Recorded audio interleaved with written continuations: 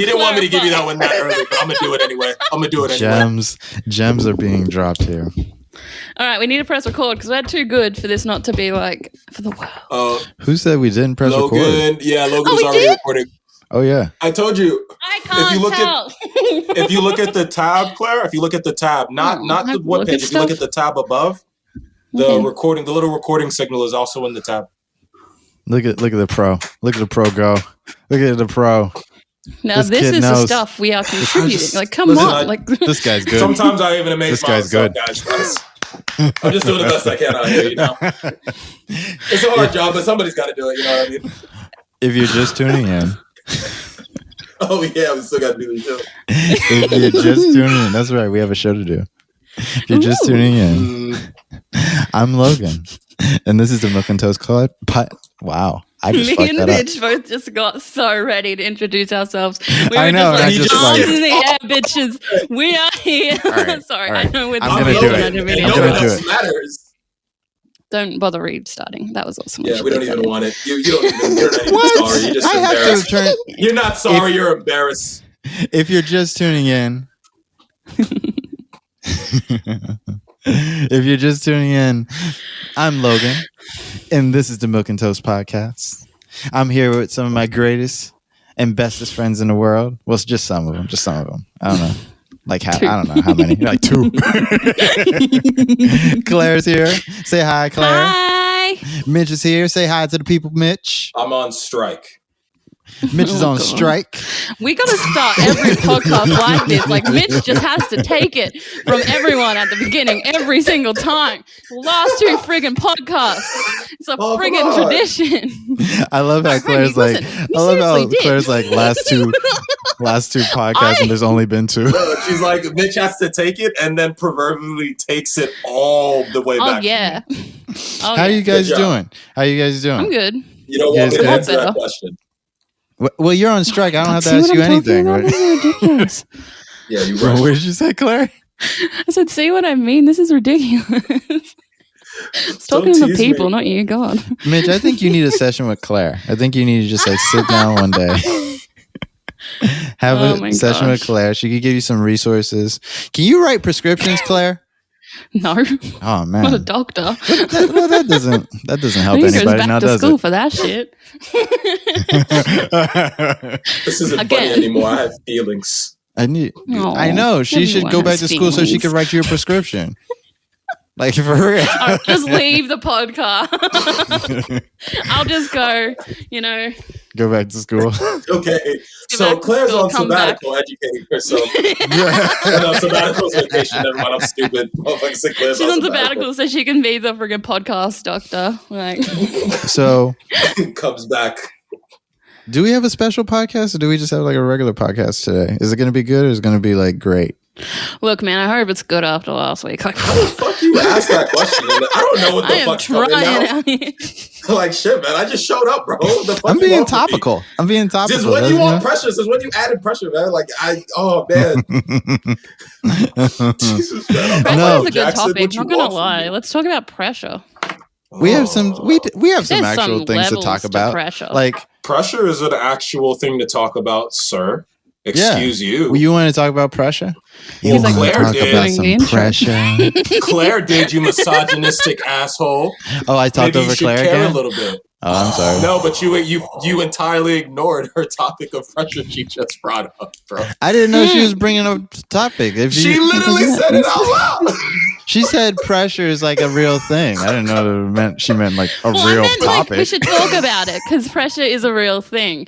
And that's actually something that's like a really good, valuable topic. But I wasn't pushing this. Which is exactly what she said, Logan, and you pretended like you didn't. Wait, hold on. Can we talk about how like Claire is like the MVP because now she's like started 2 podcasts already? Like she started 2 topics, 2 podcasts. She's on a roll. She's shooting and the girl don't miss. Oh, is that right? First of all, I'm blushing. Urges tingling. Second of all, I miss sometimes and you'll know it, but that's okay.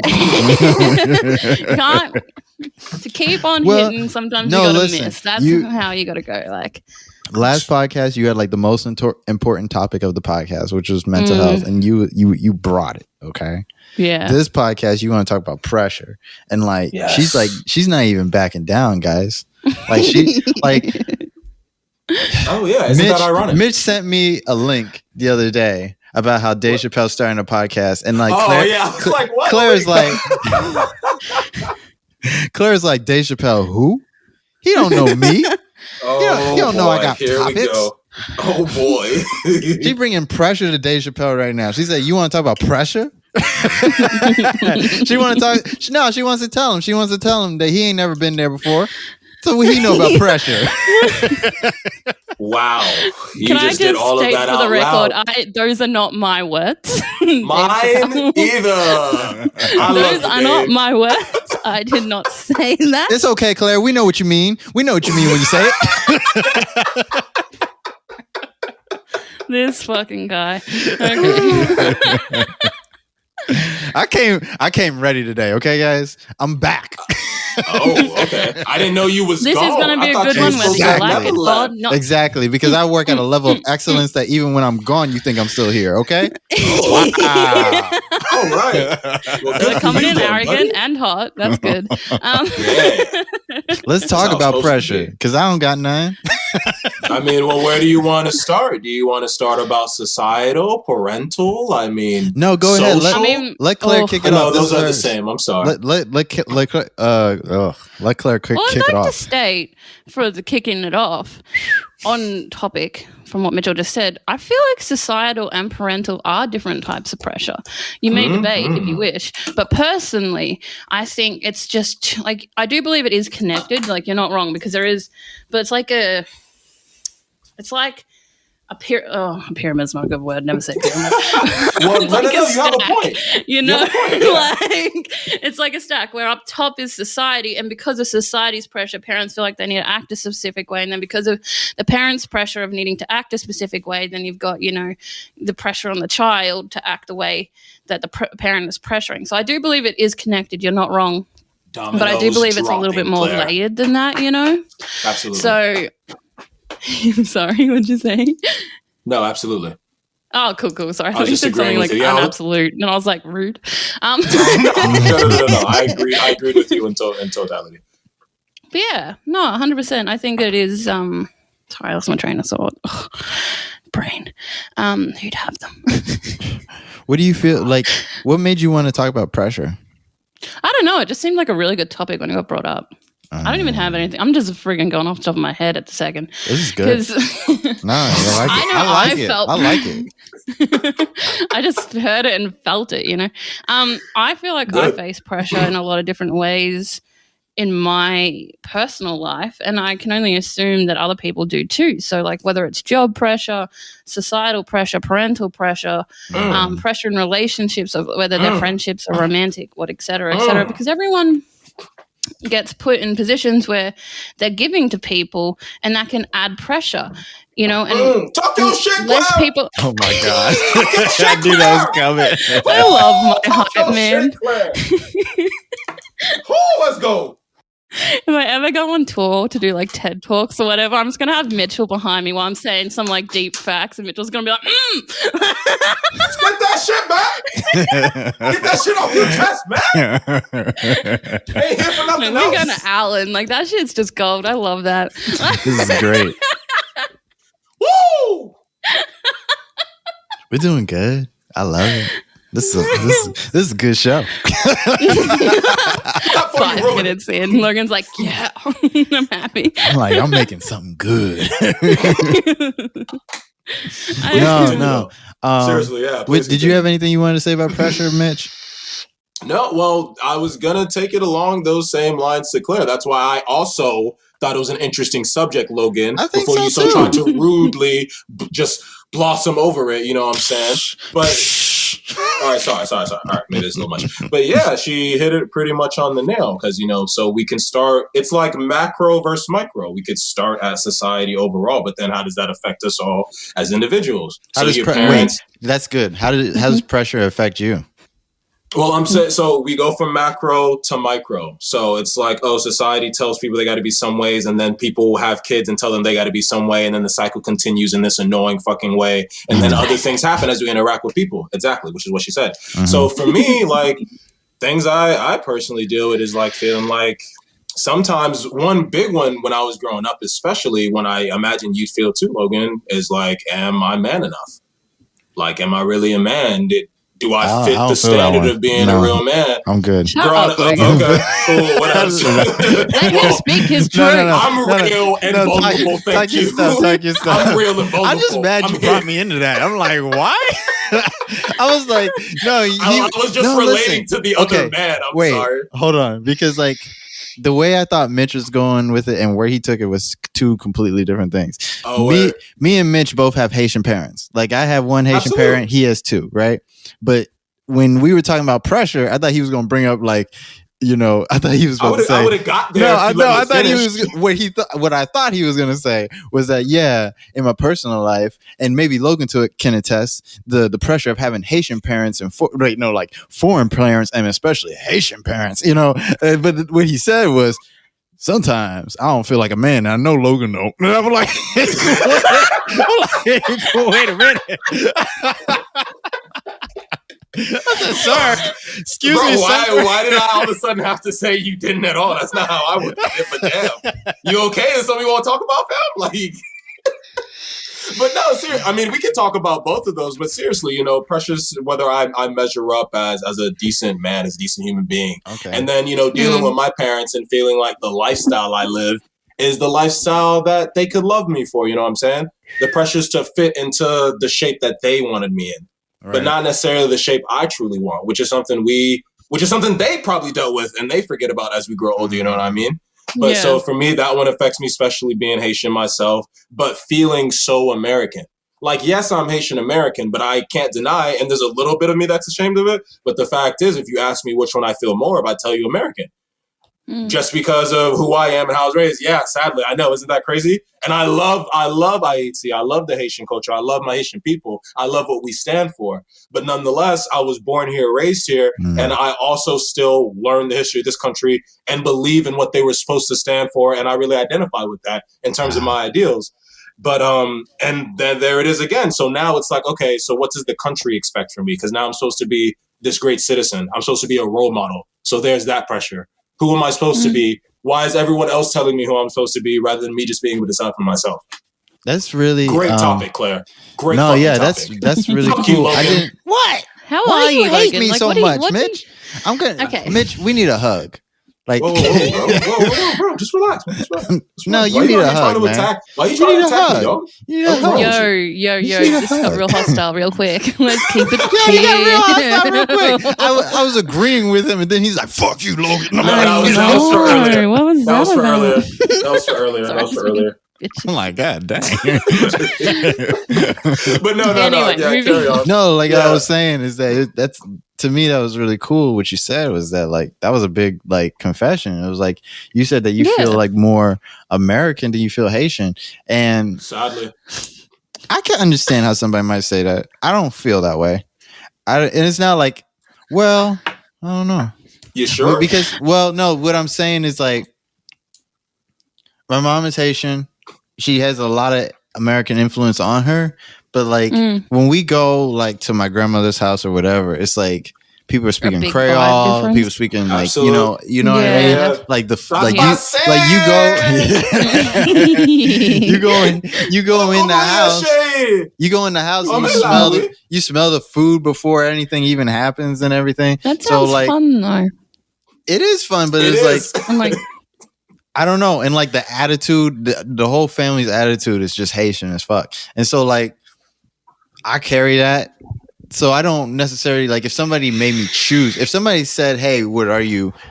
I might say American, but like if somebody made me choose between being Haitian and American and say, "What do you feel like more?" I say I feel like Haitian because that's the Haitian people I grew up with. So that's my representation of what it is to be Haitian. So like I feel like them, you know what I mean? So like when they like the way they move and the way they talk and the way they do things, I feel that, you know. So that's how I say I feel like I'm more Haitian. So like it like killed, like it like exploded my mind because like I only have one Haitian parent, and both of my parents' culture in themselves is strong, right? So like when I hear Mitch talk about how he's got two Haitian parents, I always felt like Mitch was more Haitian than me. And then when he says like, well, we're not here to shame nobody, man. I know, but you know how Haitian people are. You don't speak Creole, you're not Haitian no more. You know what I mean? Like I know, trust me. And I do, but that's the thing though, Logan. So, and it's just because that's what being American means to me, because I couldn't be the American that I am without my damn Haitian parents, regardless. Because that's what it means to me. Okay. You know what I'm saying? I could not be the American that I strive to be without the influence of my Haitian parents. And that's the American story, because America doesn't exist without the fucking rest of the world. That's true. It has no existence without natives, without the immigrants that came here to fight for it, without the Asian people here, you know what I'm saying? Without the African slaves they brought over for the free labor, without the Hispanic people that ended up coming here as well, without everyone that's come here to help build this great country, you know what I'm saying? So which is the only reason I'll ever tell you that I feel more American than Haitian, because otherwise, bruh. Damn, I grew up on Saspa Dia Leguin, bro. Come on, man. Oh, you talking about Leguin? You on the podcast? Yes. Oh my God. Saspa Leguin, bro. And then here's the portion of the podcast. One of my favorite meals, bro. But What's going on? Man, I was eating Mahi Moune for breakfast, dog, when I was like 7. My nigga, y'all know about the Mahi Moune, dog? Y'all know about the Mahi Moune? Bro, let me stop. They don't know about the cornmeals, bro. But like, because that's my culture. That's my culture, God. But nonetheless, like I was raised here, born here. You know, what I mean, I'm full on American. You know, I could go be the president if I wanted to be. That's you know true. What I'm saying? And that's what it means to me to be American. My Haitian parents allowed me to be. But American I see president. But I see that, and I can do the same. And I'm like, y'all gonna have a Haitian president. You know what I mean? Like, I wouldn't be mad at you at all. Here I said, like, oh damn, I didn't think it was gonna go like this.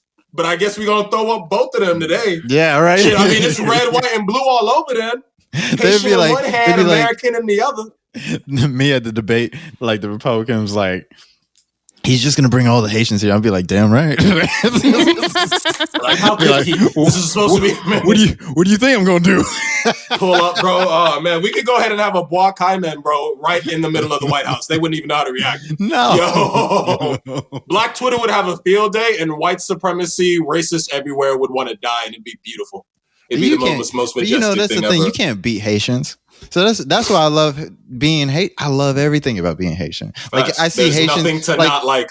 There's not a single thing to not like. Like if I meet, I know, right? If I meet like other Haitian people out, even if I'm at work and stuff, they'd be like, they always ask me like, because I hear the accent and they don't hear mine because I don't have one, right?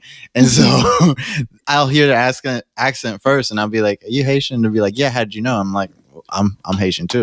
And then they try to speak Creole to me. I gotta explain I don't speak Creole. You gotta go through that embarrassing like. It's horrible. It's horrible because they're like, you're not real. And they're like, but it's true.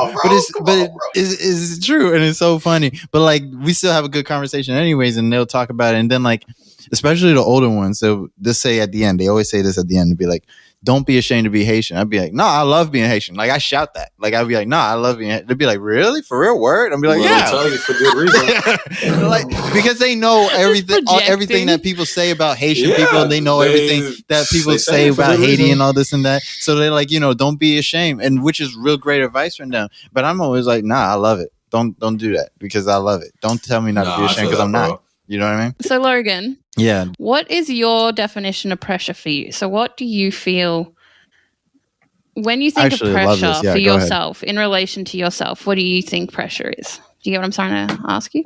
Yeah, no, I get it. And I think for me, pressure is like a moment, Yeah. It's like, yeah, for real. That's what it is. For me, it's like, it's always like a test to me. Like for me personally, pressure is always like a test. It's either you're going to make it out of this or you're not, And when I feel that, maybe that's the way I cope with it, but I don't always feel pressure in the same way that other people do, because I know that in like certain situations, like pressure is on for them, and I'm like real calm about it, because like to me, it ain't no thing. But like if it's like something that's affecting me personally, then I do feel that, and then I feel the urgency of the moment. And I've always respected people who can like move in high pressure situations with calm and like with grace, and like who can like figure the situation out, because I know it takes a lot to do that. Because like on the outside you're calm, on the outside you're like, hey, this is what we got to do, but on the inside you're just like terrified. You know what I mean? And that's how I feel most of the time, is that I just feel like I feel everything that's going on, and I feel the pressure of everything that's going on, and I'm just like, what is it I got to do to get out of this? What is it I got to do to stop this? You know what I mean? So that's how I interpret pressure. I always interpret it as not just, I don't interpret it as necessarily a bad thing or a good thing. I interpret it as something that's going to shape you later, one way or another. Whatever happens at the end of the situation, it's never going to go back to what it was before. You know what I mean? So it's kind of like this whole, it's kind of like the whole coronavirus thing. You know, like the pressure is on. And so I was thinking just about how last year, like, because last year was so different than this year. And like, I was thinking, this is one of the things I wanted to talk about too, coming on, was about COVID itself, and how not the disease or the germ necessarily, but just how like the world has changed because of it. And how at the beginning, what I used to hear, because this will tie into what we're talking about, is at the beginning when everything was going wrong, what I would hear all the time is, "Oh well, I can't wait to get back to normal. Oh well, we're just waiting for this to be normal. We're just waiting for this to be normal." And like people would say that all the time, and I'm just like looking at everything, and I'm like, what does normal mean to you? Because normal mean to me is back before all this happened. That's not coming back. And it didn't come back, by the way. Like it never came back. I've been seeing like makeup commercials advertising their makeup is good under like masks, and that was so trippy to me, because now we've gotten to the point in our society where like ads are now targeting, like are talking about it like it's I know it's a real thing, but you know how it just feels so much more solidified when like the world around you is just talking about it normally. We're at the point now where I saw an ad the other day. I can't remember what it was for, but I saw an ad where like a person in the commercial they had a mask on, but they were talking with the mask pulled down. Like you would in real, you know what I mean? But that's like real life. Like you talk to people all the time with like, and they're like, they got the mouse pulled down. I'm like, thanks, fuck me, I guess. And you're just like, like you're spitting on your face the whole conversation. You're just like, oh, I'm just catching COVID, thanks. But like, you're protected with my mask on, but okay. Right, yeah. Well, you know, a lot of people don't understand that the reason you wear a mask isn't necessarily for yourself, but it's for like everybody else. And then because if they do it too, then we're protecting each other. Then we're protecting each other. And that's what a lot of people don't get. So they turn it into this whole other thing. Right. Yeah. But like back to the topic, what I was saying was that like I told Mitch this before, because I told Mitch this like a couple months ago, is that like when everything started falling apart, I knew they was about to give us money. Because yes, I do remember that conversation. Because there was just too much pressure on the situation. There's too much on it. There was just and he spoke to his mother about it. Yeah, I know. I told everybody. I'm like, listen, we about to get a check. We about to get a check, because there's just no way you can tell the whole country that you can't go inside, you can't go outside, and then what? And then what? Nobody's making any money. Stop. If nobody's making any money, that means you're not getting any money either. And I know you need a way to get that money. So somebody's about to get a check. Nice. So I knew he was getting these stimulus checks. I knew it was going to happen. I don't know if we're going to get more. They keep talking about more, but I don't know what's going to happen. But I'm like, if you were like last year and you saw everything that was going on and you wanted to... Logan, interjection, quick segue. Yeah, go for it. Segue, just a quick one. Go. I almost said Australia. Claire, how much support did you receive from the Australian government in the time span over the year? Plenty, like good. Yeah, it was really good. How much? You said what? Plenty? I said plenty. As in there was a lot. Like there was more than one or two options. Logan, how nice. That must be so nice. How nice. Oh, that must be so nice. Damn. Good for you, I'm not Claire. actually going to tell you how much now from your I don't want to know now, but no. I want to know. No, Claire, you should. We should. Yeah, we should do that. Yeah, how much is it? So first we got I guess equivalent to a stimulus, which was about $2,000, and then we got consistent add-ons. So I'm on Centrelink. So if you're Australian, you know what that means. If you're not Australian, it basically is benefits. So I'm on benefits, and they got doubled. So, like we get a normal amount so we usually get $600 on benefits, and we got $1,200 for the year. So every pay I got $1,200, and then that's just why I was saying to you, you don't need to buy me my microphone. And then recently they got cut back because obviously in Australia COVID isn't necessarily a problem anymore. Right. So they got cut back to so they were 600. Yeah. But hey. They were responsible, you mean? It turned out the citizens didn't need assistance anymore. Well, so the other thing is I would like to add a lot better? of people, I would like to add, because this is important, a lot of people went on benefits in Australia because of COVID. So our unemployment rate, like everywhere, went intensely high. Like obviously no one was working, so everyone was on benefits. Right. So makes sense. I'm not surprised at that part. That's the same thing that happened here, but what also happened here was nobody got shit. So. Exactly. So it's just like how wonderful. I mean, let's not say that. Let's be a little bit more truthful. We got a little bit of help. We got a little bit of help. We got like $1,200 the first time. And then what was it the second time? We got like $600 the second time. And then the third time. You were on benefits, which was good if you could get to benefits. That's right. That's true. Well, and it took everybody forever to get to them. And it was for us, I think it was like 600. No. For like it depended on how much you were making. Right. But it could be you get either 300 or like 600. And that was usually at max unless you had like back pay or like, I guess, a different fucking standard or whatever.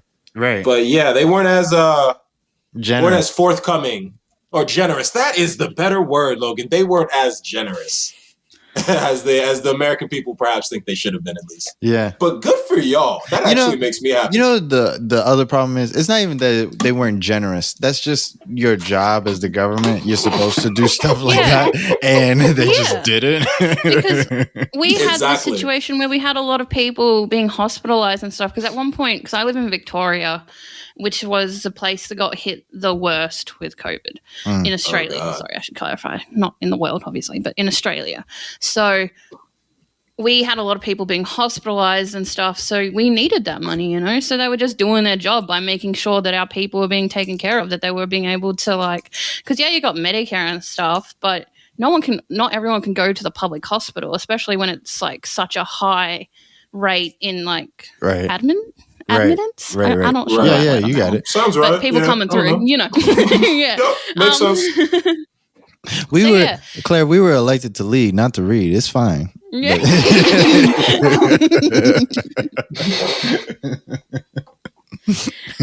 Anyway, sorry, we'll go back to Logan's topic. I didn't mean to take over. What were you saying before I got all talking about how great I am? Sorry, I interjected. This was it was good. Segue. It was a good interruption. What was I talking about? I don't know. I was just saying that basically because we was talking about pressure and then we started talking about COVID a little bit. Was that? I remember now. I was talking about how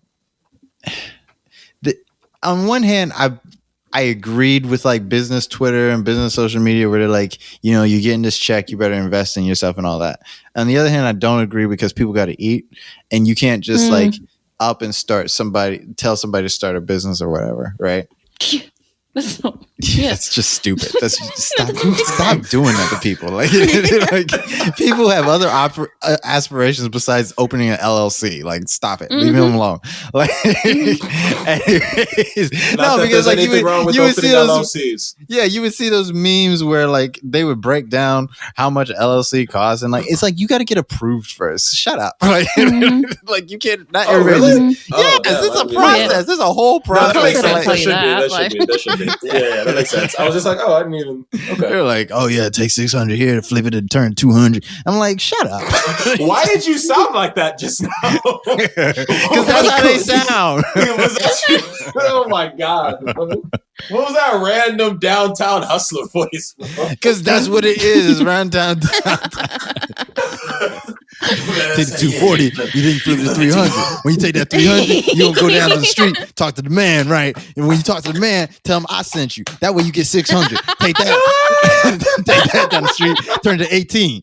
You phone me? You phone me? I'm like, no, shut up. Nobody doing that with a stimulus.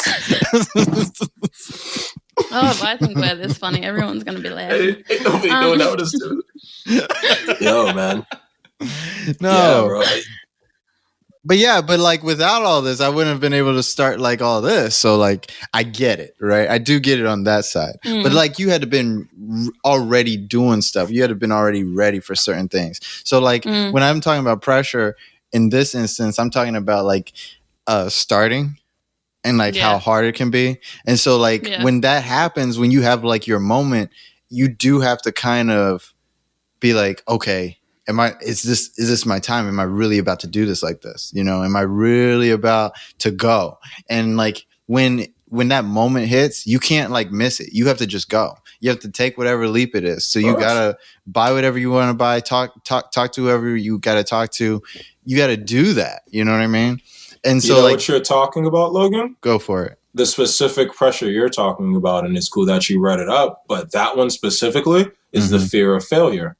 Yeah, I am not willing or ready to begin because what if this happens? What if this happens? What if this goes wrong? I don't feel ready for this. So many people have done it before, and I'm supposed to be different. And all of a sudden, rather than just getting to it, there's all this fear just being like, nah, you can't get it done. Adds pressure. And then just adding your own pressure on top of it and on top of it because, you know... I think we're talking about the problem again, but like the solution is just that when it happens, it's not just to like ignore it, but like to double down on the feeling and like be like, not everybody can be like, I can do this, but like just to do it. You know, if you're in a situation you don't know what to do, like that's fine because guess what? Nobody knows what to do in that situation. If it is crazy to me. Sorry, you go first. Yeah, what I was gonna say is like if you notice, like when we had like the beginning of the pandemic and everybody's running around with like crazy, like it's because literally nobody knows what to do with the situation. I ain't gonna forget the toilet paper. I ain't never gonna let nobody live. Oh my god, that was so stupid. We ran out of toilet paper. I don't care who I'm insulting. That was stupid. You know why? I'm sorry. You know why the toilet paper thing is stupid? The toilet paper thing is stupid. And I get people were scared and they didn't know how long they was going to be in their houses for and all this and that. But the toilet paper was stupid because all the people that were buying up the toilet paper were the same people 4 months after that didn't want to go back inside and didn't want to wear a mask and didn't want to do this and didn't want to do it. They didn't want to follow any type of regulation. And so it's like, what are you mad about? Like, also, on a lighter note, me and Ben were joking about this literally not that long ago. And they were like, we were just talking about all the other things you can use for toilet paper. They weren't buying rice. They weren't buying like meat. They weren't buying anything useful. Like they were buying the most stupid thing that honestly doesn't matter that much because you can use like paper towel, leaves, newspaper. You can use like so much. You could just get stuff an hour after taking a shit. Yeah, this is true. If you want to get real gross, use your hand, bro. But like if it was really bad, you're getting deep in it. If it was really that bad, it's like you have to do what you got to do. When it gets down to the nitty gritty, all else fails. You have other options for that specific thing, but you are always going to need to eat. You are always going to need to pay rent. You will always, or not always need to pay rent, but have a shelter. You know, it was the most stupid thing to hoard, which just caused so much mass production of and stress on businesses and stress on factories. Like it was the most ridiculous thing we could have done as a society. Like it pissed me off so much for genuine reasons, not even just my angry theory rants, like all of the stuff was actually I'm gonna make a whole segment be like Claire's angry. Like what is Claire angry about today? You go get him, Claire! Rip it down from the inside. Anyway, I want that to be I'll digress. Angry but Australian. At the end of the day, it just really frustrated me so much. No, I get that, man. I get that entirely. Okay. Do we want to keep talking about pressure, or do we want to talk about something else? I wanted to close out that topic and say I just wanted to bring up how the remedy for it, I think, is mainly, it's not necessarily confidence because that doesn't necessarily help, but it's you have to kind of center yourself. You have to find your own clarity about the whatever is bothering you in that way. Like if you're having a moment where it seems like the world is like falling down on you, you have to really just break it down piece by piece because you can. You know, and a lot of people don't know that they can. Like it always like trips me out how many people don't know that you can just do certain things with your mind and you don't have to like wait for anybody's permission to do it. Like, and so like in those instances, like so many people are fearful and they are just like doing things out of fear. But like, if you just like take a step back and assess the situation, you'll know that like, well, how much toilet paper do I really use? You know what I mean? You know, and then like you could buy just that much and then like wait and then for it to come back. You know what I mean? Yeah, and then be considerate of others, perhaps. You know, it was great though for me because like some of the prices of toilet paper did like go down a little bit, and I was able to buy like 3-ply at a great price. Right? Like, I know. I mean, like, Ben were also talking. I was like, wow, am I living like a? I was like, am I living like a peasant my whole life and not knowing with 2-ply? Like, like this is that was soft. the other thing with the money too. Like when we got the money, we were just like, this is the best life. Like I don't want to go back. Yo, you said Logan, you said peasants, which brings me into the other topic I wanted to talk about, which was the concept of nobility. You paupers, poor people. Peasantry should not associate. The poor people. Not me. I'm a noble. Wow. Let me know, Claire. Noble houses out in this bitch. Come from nobility, descended from kings and queens. I have no Claire time just for like anything else. Claire just woke up and chose violence today. Like, what's wrong? Not every day. Like, let's be real. But no, it is kind of an interesting, I guess, sort of thing. The concept of nobility. I suppose. What interests you? It's just many things. I mean, whether we talk about it modern or an ancient day. So it was just kind of funny. One day someone wakes up and all of a sudden they're like, all right, I'm better than I'm you. king. Give me your and money. then they go walk over to someone and it's just like, yo, you got to treat me special. The person's like, what? It's like, I've been chosen. By who? By God, of course. Can't you tell? It's like, how does it really, when you think, but it's like such a beautiful concept when you think about it, because it's supposed to be like, hey, we're supposed to live in, a very high standard way for the betterment of ourselves and the people around us. But look at what happens instead almost. While people are still trying to aspire, to this almost fantastical thing that we think should exist, that doesn't always. And it's like it shows up in some places, doesn't show up in some other places. But it's just like, who decided that? And it's like, what happened? What made people think like all of a sudden this one person was special? You know what I'm saying? And all of a sudden get to rule over everything. I think that's the kind of like the crazy thing about nobility, especially like now, like in the modern time, because nobility in the modern time is trash. Like is it supposed to matter? It doesn't matter. Like it's garbage. Although right? I'm all invested about what happened to Mrs. Markle. Yeah, I am, but we can't wait. We can't let's hold that. We might talk about we might talk about this episode, but like just hold on, because like what I want to say about that is just like it's America's fault. In a way that like it is. It's America's fault that like nobility doesn't matter anymore. We're the ones who said "fuck you," bro. Yeah, because like we're the ones who were legitimate. This is like nah. You know what I think about all the time is that like I look at like billionaires today, right? And like they're ghetto as fuck. Like Elon Musk is ghetto as fuck. He named his daughter like a bunch of symbols and shit. Like that's some ghetto shit. That's his child. That's what he gets to do. Like the queen name is Exash, I believe. Child abuse, fuck. Like the queen of. It's ridiculous. Don't talk about the man's child. It's his child. His relationship with his family. That's true. Yeah. I mean, no disrespect to like, but. Yo, we ain't hating on children, just their dumb ass parents.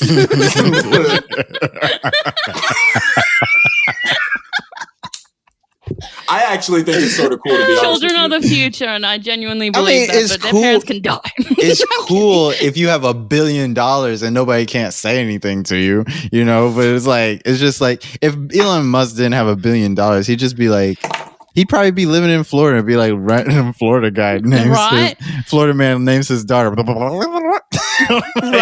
Like that would be the story. I have that argument in so many instances, yo. Like we were talking about shit.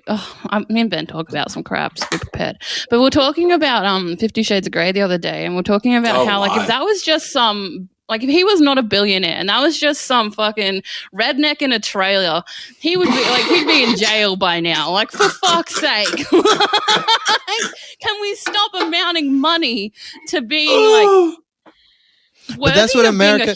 But that's what like away with shit. But that's what like America does, because like America that's the just new like nobility. Yeah, what's America is like. Dog?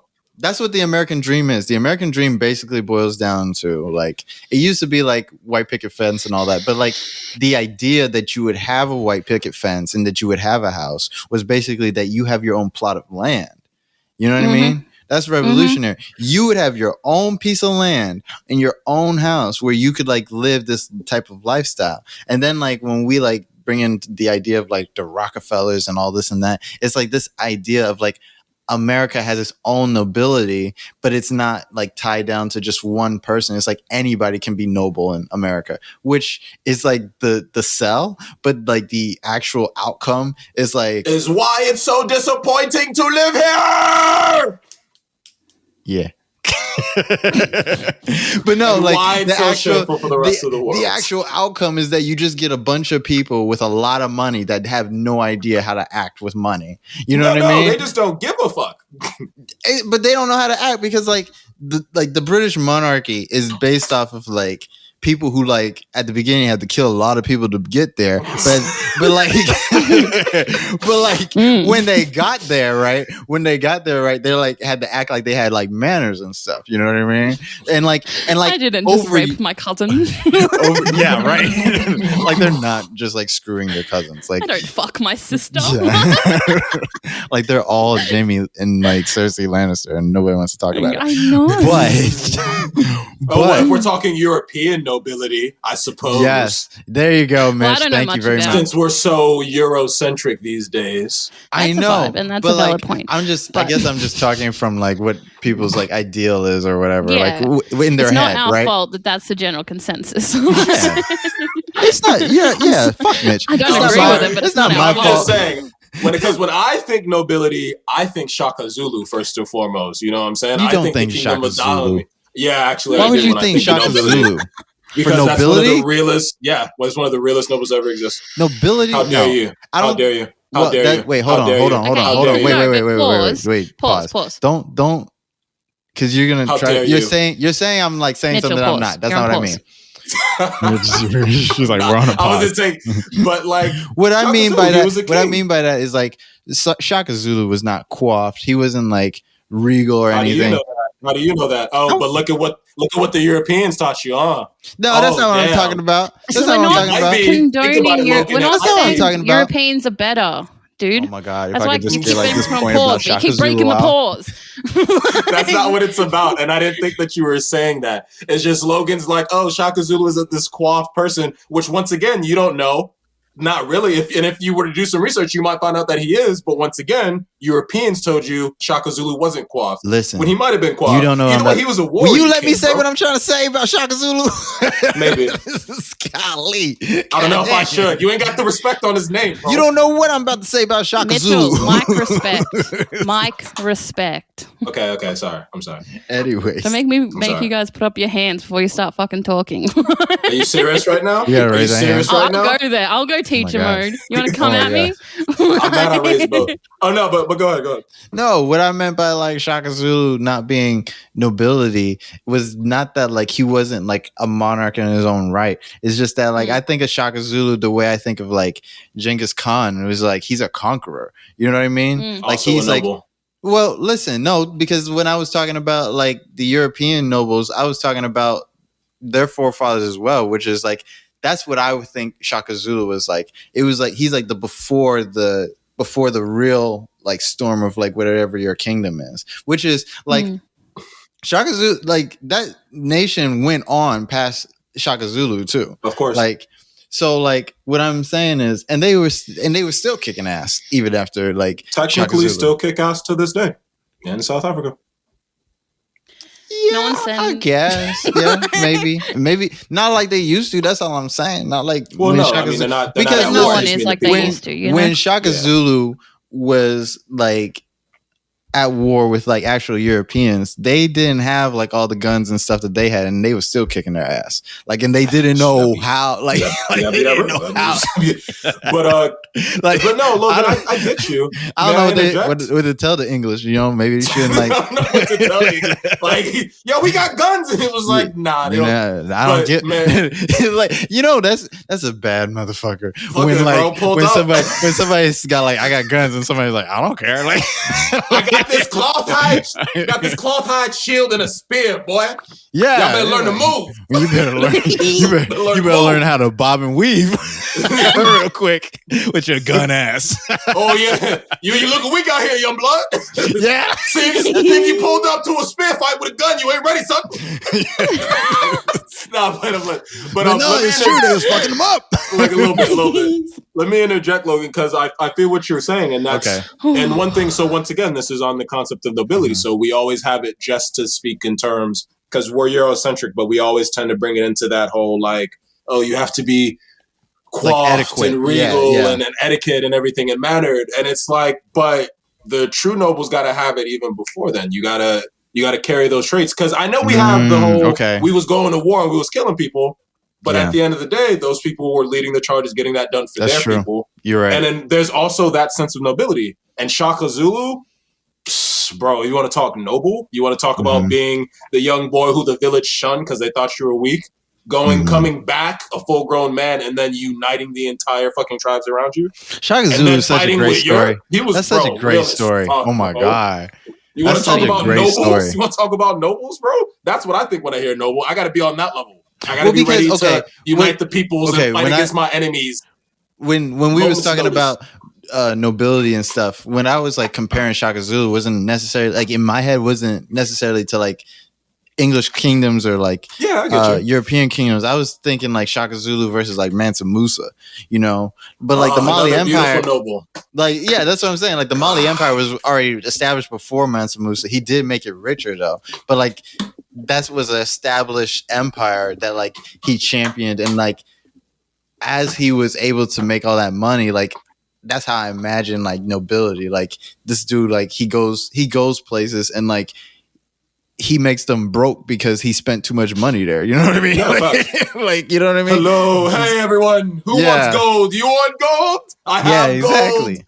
And and potentially Arabic or African language that I'm not familiar with. I want to be Mansa Musa so bad.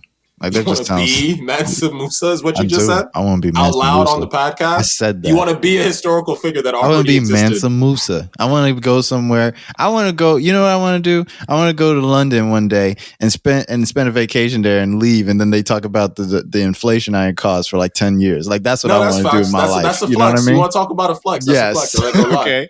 Unnecessary, but at least the very people unnecessary. Happy. The government was mad, but fuck them. But what they gonna do? What they gonna do? The money not worth nothing. What they gonna do? Like, I'm sorry, government. It's hard to hear you over this house, bitch. It's hard to hear you over my change and my pocket. You know what I'm saying? Like, I'm sorry. Shut your po ass up. Yeah. Like, hey, baby, go feed the kids. Shut your ass up before I drop my wallet on you. But yeah, man. And then, but it's just the point, because we're, we want to be in that state. You know what I mean? Right. On some level. Even if we don't call it kings or queens, emperors and whatnot, or chieftains and whatnot, on some level, that's what humanity, for whatever reason, like aspires to. What's the best we can do? And we like call it that.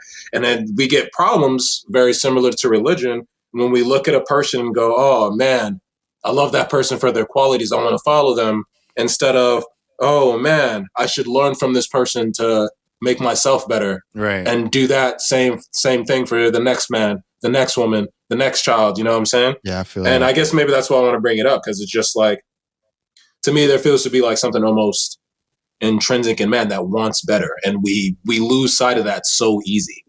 Well, I think, you know what I'm saying? I think going back to America, like, America has a strict in a way. Like the West has a strict with this, like with the individualistic type of mentality, because we're social creatures, you know, and that goes along with why we look for leaders and why we bunch up in groups and like why we like end up following with the group and all this and that.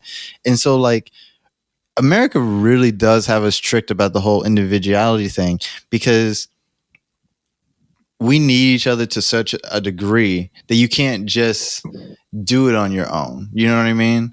And so like when you're talking about, it was something you were saying about nobility that just like rang in my head just now. It was something about how, go ahead and say what you said one more time. Which the last bit. But oh man. The specific thing in terms about like that seems to be intrinsic to our nature, that we want to do better, but we tend to just lose sight of it so easily. Yeah, that's the thing. That's the thing. Okay. Like we always have like yeah. There you go. We always have like an ideal of what it is we should be, but like not everybody can do that, and not everybody should do that. You know what I mean? Not everybody needs to. I don't think everybody needs to be the standard of everything. Like every individual doesn't need to set the tone and standard for everybody. Yeah, but that's not what I meant. But no, I get you. I get what you meant. It was just something that like made me think of that. Yeah, because like we can be so like individualistic that we think that everybody should be a leader. Well, like if everybody is a leader, like how do we get anywhere? Like that's why we say like there's too many cooks in the kitchen. Because you want like to talk about leadership after this. Maybe we might need to do that.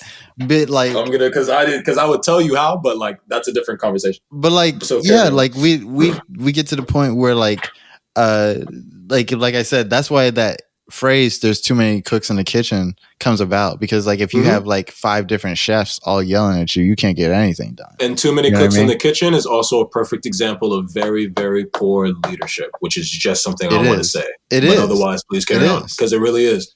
It is, but sometimes that's what road we're like going down towards, you know, because we want everybody wants to be the boss and nobody wants to follow, you know. And so sometimes like you have to. Well, we get such a bad rap here for following. Like it's like nobody needs to be a follower, and like it's like sometimes you do need to be humble enough to like to follow in a situation. Like that's something I struggle with. I know, and so it's like because I can be so hot, you know, I can be so hot headed about like right and wrong about things, and like if I see somebody not doing what I think they should be doing, you know, even if they're the leader, I tend to go against that, right? Which is good in certain situations, but just not in all situations. Like some things you just have to learn to walk away from or just go along with because of that. You know what I mean? And so what I was thinking about all that is just that it just doesn't work for us all the time to be hyper individualistic. We need to learn that everybody has a part. I wish we learned more that everybody has a part in the system.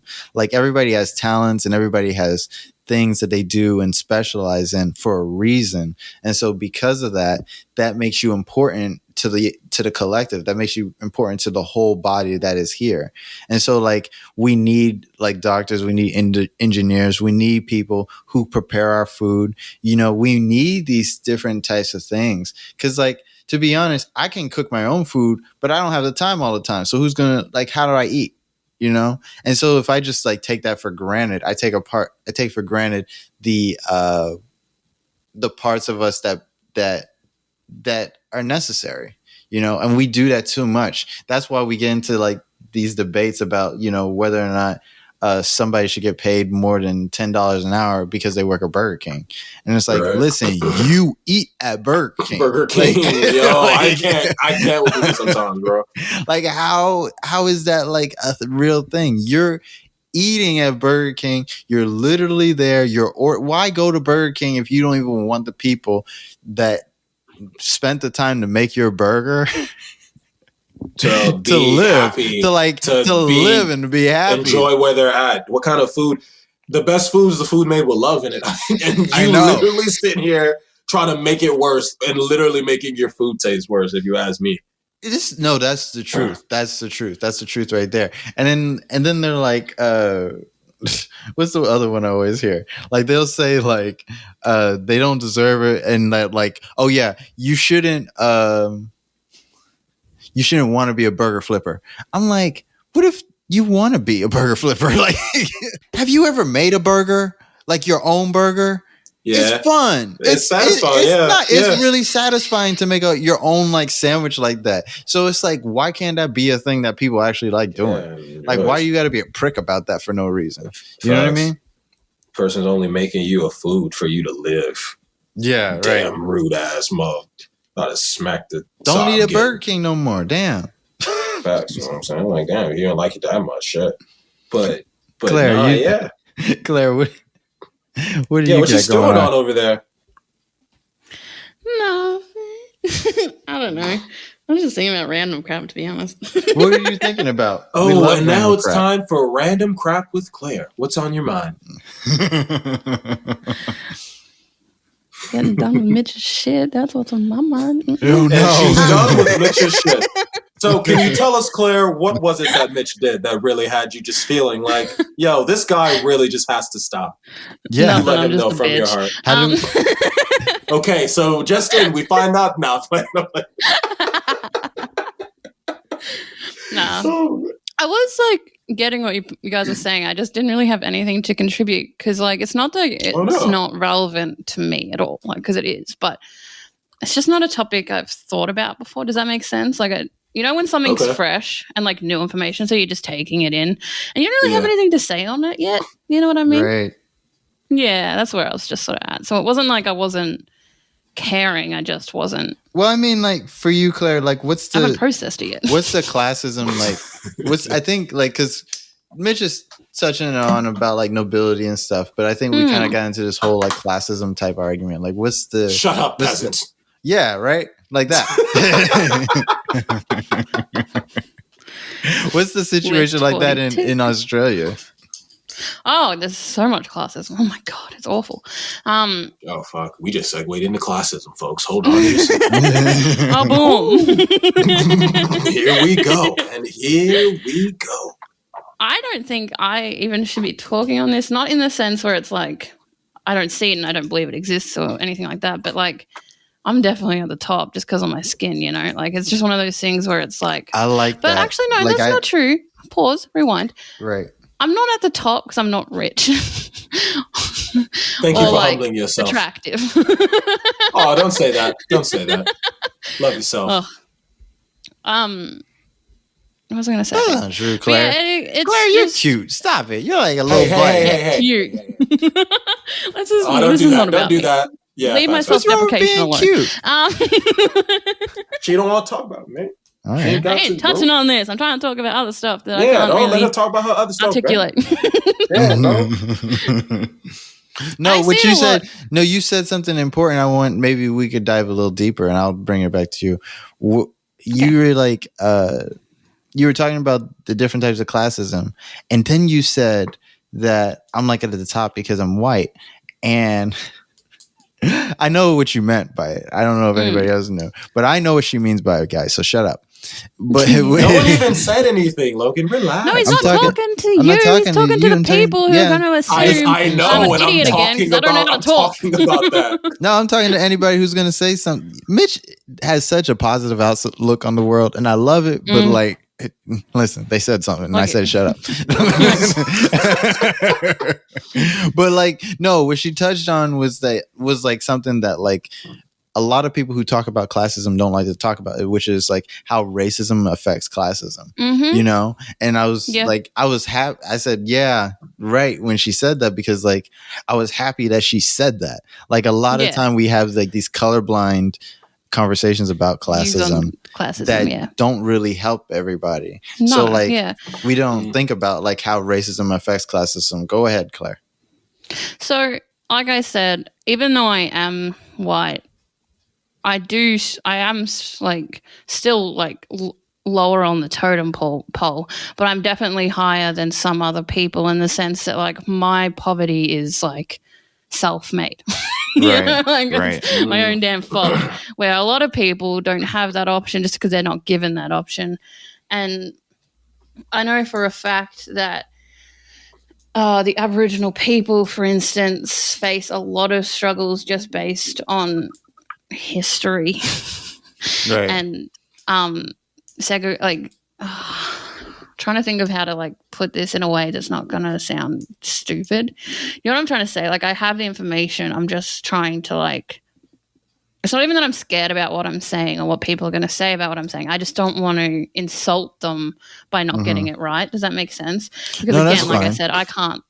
I'm not in that, so I can't. Well, let's click it. Well, let's kick it over to Mitch, because I hear him clicking on his computer and he's like all distracted and shit. And I wasn't clicking on my computer. Well, somebody's clicking, and I hear him. That was Claire clicking her pen.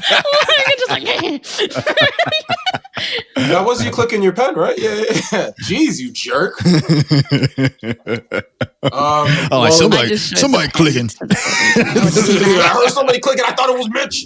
I turned into such like a. It's never me. I'm like the biggest. Like, remember that time we were like there was the vibrations because my phone wasn't charging, and you went off at Paige, and it wasn't even Paige. It was me. Like, it's never me, but it's always me. It's hilarious. Because on this show, I've stereotyped everybody in my mind, so I just think about what people would be doing. So like when I look at Mitch and I hear clicking, I'm like, he playing some type of game right now. Like,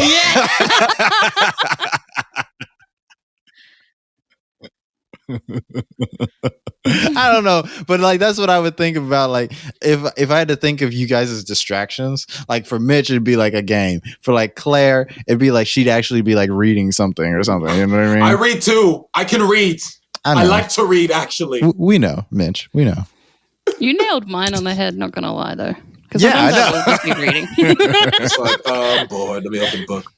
But what? So was it the classes we wanted to talk about, or the not mentioning racism associated with classism, which sometimes I think happen? That's what the topic is, because like when you say or, that's what a lot of people separate it, and you can't separate those two, and it doesn't. See, when I talk about classism, right, I always include racism, but I don't always say it explicitly. And so sometimes I have to choose it as a practice, because when I'm talking about it, I'm thinking that everybody's talking about it in that way. I'm thinking that everybody's talking in an all-inclusive way, and that's my naivete about the whole situation. Well, because for us as Americans, there's unfortunately, there's no way to talk about either or without talking about either or. Right, exactly. Whenever we bring up either one, when we talk about how racism has affected us, let's look to what's happened in the class structure. When we want to talk about what's going on with the classes in America, it's because people were racist assholes. Right. You know what I'm saying? So for us, and it's like, because we can identify them as different things in terms of what they technically mean, obviously, but in terms of how they interact, especially in certain places, motherfuckers just be going hand in hand, man. Right. Like, we could talk about it here. We could talk about it in Brazil. We could probably talk about it in Australia, to be honest, exactly as we mean it. We could talk about it almost anywhere where people thought they were better for whatever reason. Some people got it out of their heads to stop being shits, maybe a little bit less overtly, meaning like out in the open, but nonetheless, they were still feeling certain types of ways. So it's kind of hard to mention one without really talking about the other, unless you're just talking about specifics. Because basically what it boils down to a lot of the time is that we start talking about classism, we're talking about money, and we're talking about how it's allocated. We're talking about how people are treated because of how much money they got in their pocket. And I could see how that could be like a really colorblind topic.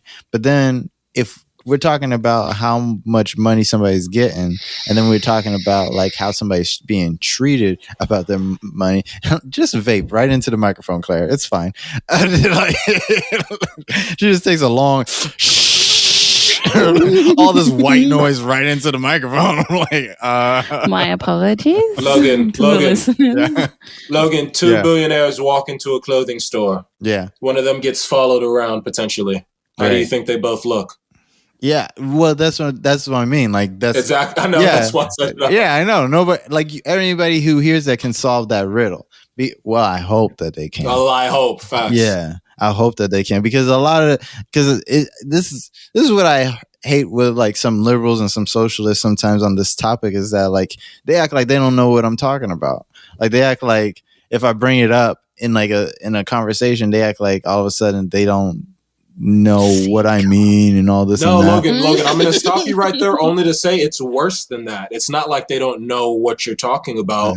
They're refusing to acknowledge the problem. That's true. Yeah. It's not that they don't, because they got some brains sometimes. They don't think it's the problem. Right. It's something else. I think a lot of the time it's not that they don't think it's the problem. I think they don't want it to be the problem. I think that's fair. I think they don't want it to be the problem if it makes it a lot easier for them to like make just simple classism only the problem. Like the problem is just that not everybody has enough healthcare, and the problem is just that not everybody has enough money. And so like we need to make sure that everybody has like a universal basic income, and they all need universal healthcare, which is true. But then when we talk about like, well, how is healthcare actually allocated as it is now? Like Black women die at a higher rate than anybody else when they go to the hospital.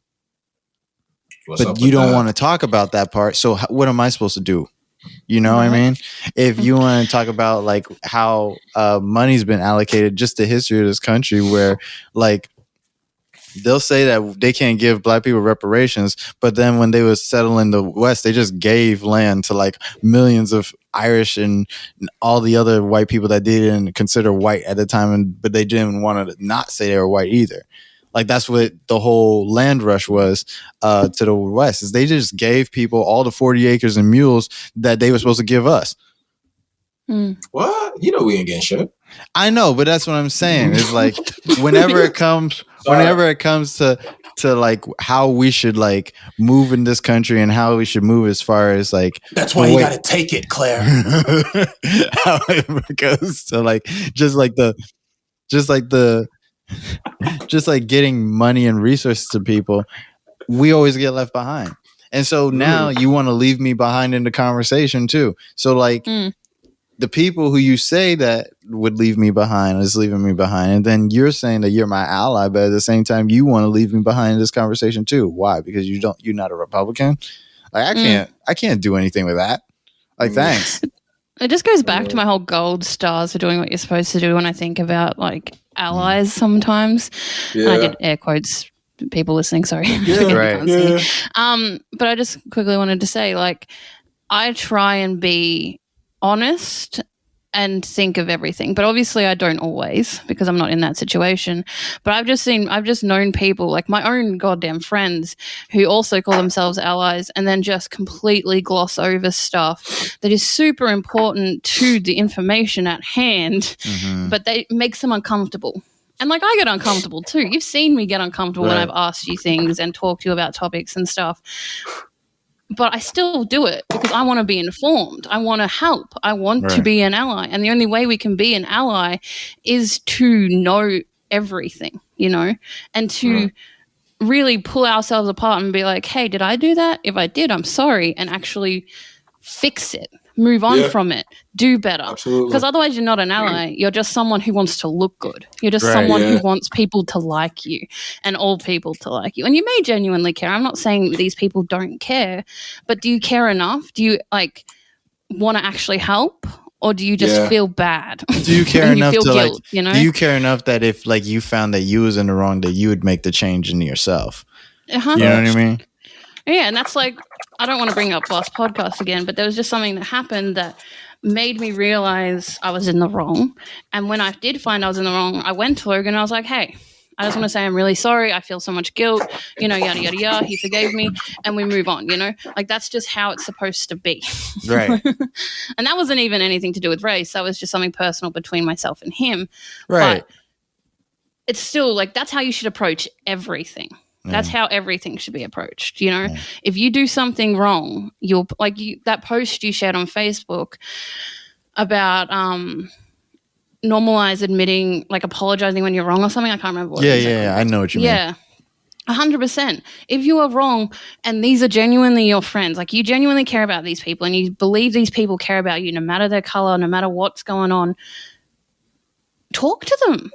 Hash it out. Make it happen, you know, like make it work. Because if you care, you're going to make it work. And it's embarrassing sometimes. Like, I've been embarrassed and I felt bad and I've done this and I've done that.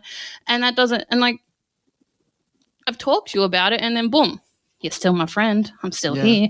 So obviously it works, you know, like, and if you know Logan, he is the harshest person, especially when it comes to racism. And that's not me going like, I love how everybody just like names all of my personality traits throughout the entire show. Like, it's just like, well, people need to know who we are, Logan. I'm the hothead who has anger issues. I admit that. And you're just a very logical, harsh person when it comes to things that are wrong. But that's good. That's a good thing. It's not actually a bad trait, Logan. It's not. It's actually a really good trait to have. Now I'm off topic. What was I saying? Oh yeah, just be honest with people. Right. You know, ask questions. If you truly want to be an ally, I think the best way to do that, ally to ally, is to make sure you check in with your friends and you make sure that what you're saying and what you're doing isn't affecting them negatively. Obviously, no one's perfect. And obviously you may affect them negatively, but give them a chance to tell you that and let them give you a chance to apologize and be better. You know? I like that. Is there anything I'm saying wrong? Or No. No, We should. Yeah, we should end the topic actually. there because that was amazing. That was a great speech. And that was a great way to end that. We should talk about something fun though. Did anybody see Mortal Kombat? No, I have not. Jesus Christ. Jesus Christ. Well, I tried. I have HBO Max too. You do? I did finally watch WandaVision. Have we all seen WandaVision? You watched WandaVision? I finally watched it all. Did you not watch it, Mitch? WandaVision? Oh yeah, I'm caught up. Yeah, I watched watched it? Oh man. Yeah. I don't want to talk about. I've always liked Wanda. I'd like to. Oh wait, no. Who's watched The Falcon all the way through? Not me. Mm-mm. You did? Oh man. Wait. Mm-mm. Did you start Spoilers it all? will get Did you me start out it all? here. Did you start it all, Claire? You know, I did the same thing I did with Wanda. I like to watch it all at once because I don't like to wait. I'm a binge watcher. So I haven't watched it yet. Oh, no. I know it has just finished, but I haven't had the time. It was short. I didn't think it was going to be that short. Yeah, they gave him like 6 episodes. I'm like, yeah, well. And then like, you know what the fucked up part was? They was talking the whole thing about like, man, they're not going to let a black man be Captain America and all this and that. And then they give the black man 6 episodes. What was that about? Bro, I was trying not to go there. I'm going it was all still really good, but like I didn't realize it was going to be that short. I was like, damn. I love Wanda just as much as anybody, and I think she's a pivotal figure in the universe. But damn, shit. I know, right? Falcon and Winter Soldier couldn't get a couple more episodes, bro. And then there was like, I don't know. The thing I didn't like about WandaVision, I like WandaVision. I think it's. Oh, really? I think WandaVision's amazing. It's a nice show. It's a good show, and I think it's amazing. I like the way they go through like the eras and like how it like it's different. It's just different. I just like that it's weird and different in that way. But the thing I didn't like is just like she just like floats off at the end. Like she didn't just kidnap everybody. No. What are you gonna do? What you gonna do? Like, you're not Captain Marvel or like Thor. What you gonna do to her right now, bro? That's true. I think. Oh, I'm so excited. She should turn herself in. I don't know. Maybe. Did you guys see that end scene where she was like being crazy? That's some grieving. What'd you say, Claire? Wait, what'd you say? Yeah. Oh, that end. Did you guys see the end credit scene where she's just sitting there being all crazy, listening to her kids like talking and screaming and stuff? I thought she was just like meditating. Me too, but she was hearing her kids scream. That would drive me crazy. Oh, she did? I didn't know that. Wait, I think I might have missed an end credit scene, and I thought I noticed. Oh my god, okay. Go back and watch the end credit scene for WandaVision, and then we'll talk. On the last episode, you mean? Yeah, she means on the last episode. Okay. Yeah, on the last one. Okay, what happens to all the, like, because Disney owns Marvel, but like, what happens to all the like Netflix Marvel shows? Are they gonna come over to Disney or what's gonna happen? They are. Idea, because that all happened because there's so much blood in Daredevil, and I love Daredevil. Daredevil's so the best Netflix series in the Marvel canon that they dropped. Yeah, Jessica Jones is still good, not as good as Daredevil. I don't like Jessica Jones like that. That's just me being a girl and being like, yeah. David Tennant is Purple Man, bro. Are you serious? I like David Tennant, but I don't like Jessica Jones good, like that. Wasn't he? He was fantastic. Yeah, he was amazing. He always is. Yeah, like, I do love David Tennant. The way that character is picky, and he was like, what do you mean I gotta get takeout? And then I gotta warm it up in the microwave? I was like, I feel you. I feel you. No. That's just, you know how we're talking about Logan's personality? In a nutshell. Oh, let's not get to that. Oh, my God. No, don't spread He that once rumor. told me he doesn't warm up takeaway because it tastes gross the second time. It does. It does. He was right about that. It's wasteful. I'm going to eat all your food. When I come visit, I'm just going to be like fat as hell because Logan's just going to leave behind all these scraps and I'm going to be a little chipmunk just in his fridge. Like, we can't let this go to waste, right? How big are the portions in Australia? Now we're talking about food. I don't know. I want to say normal size, but you guys are Americans. Yes, because like when I went overseas, right? I go overseas. I hate how like overseas has always been like a way to say that you're in the military because I'm not in the military. I just went on vacation with my family. But when I went overseas, you know what I mean? When I went overseas, right?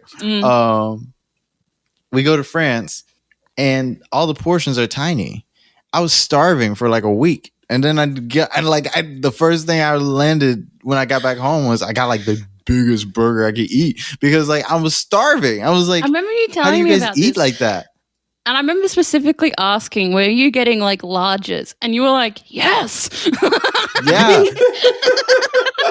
The large was like our small. Like I was like, what is going on? Was it to that extent? Yes. Like, wow. Yeah, you get a large. Okay, you get a large in America. They hand you like a jug. Like that's what they hand you. They hand you like a jug of liquid, right? Exactly, Claire. That's not healthy. You order a large in France, and it's literally like a small ass cup. Like it's like I'm like I didn't order a water. They're like, no, that's your soda. Like fuck you. I need 2 sodas. I'm embarrassed by how American you're being right now. I don't like it. Go somewhere else for a second. Well, because I'm starving, man. Like, and as you say this, I become more and more embarrassed and don't want the world to know that we're friends. I'm just saying, I understand why the French lost World War II, like World War II and World War One. Like they lost twice because none of them were eating. They weren't eating. You can't fight nobody if you're on an empty stomach. If it makes you feel any better, whatever size. Because you wanted to, never mind. I'm not even going to bring it up. You just want to trivialize. You want to trivialize Germany invading Normandy and occupying France. But we can't talk about. Listen. I brought up both wars because they lost both times. It wasn't about the Nazis. It's just they're just bad at fighting. Light and breezy, Logan. Anyway, moving on. What I was going to say was, if it makes you feel any better, whatever size meal Mitch got last time we filmed the goddamn podcast was my large. What did I get? So what size was that? Right? Yeah, you got like a sandwich and a drink and some chips. Yeah, it was. I don't know. It's technically not. There wasn't a size. That's just how the sandwich comes because it was like a burger. Oh, okay. So it was like a medium. That was probably like a medium then, right? That's how big our larges are. No, yeah, it was like a medium-sized burger. It wasn't one of the large ones. That's not too bad, I guess. Yeah, like, I got some fries. I could live with a medium, and really, the medium for me is an ideal. Like, I'd rather have a medium-sized drink with the large. Yeah, because you don't want too much. Yeah, I don't want all that liquid. Feel That's too much. Better about how I get a large everything. We're just out here like, this is an American medium. She got an American medium. Not a large, it's American medium. American medium. That's great. You should start that. The American It's not medium. A large. Yeah, it's American. That's another T-shirt idea. It's not a large. That's a it's good. American That would be medium. a great shirt. You gotta like make sure. Yeah, we can't have people stealing these ideas. We gotta be ready to sue people. If you want an American medium shirt from the Milk and Post, Milk and Post. I know I messed it up. Kill yourself. Well, Milk and Post. Well, I guess it is Milk and Post Milk now. And Post. It's a Milk and Post. We post it out to you, baby. Oh my god! No, like no, wait. You know, we didn't talk about. Red. I can't talk about WandaVision because like Claire remembers everything, and then I don't remember anything. Well, that's the other problem with WandaVision. I can't watch it twice. I can't go back and watch I get that. Oh, really? I can't watch it twice either. Oh, really? No, because like episodes like 2 to 3 times sometimes. Really? I was just enjoying it for what it was.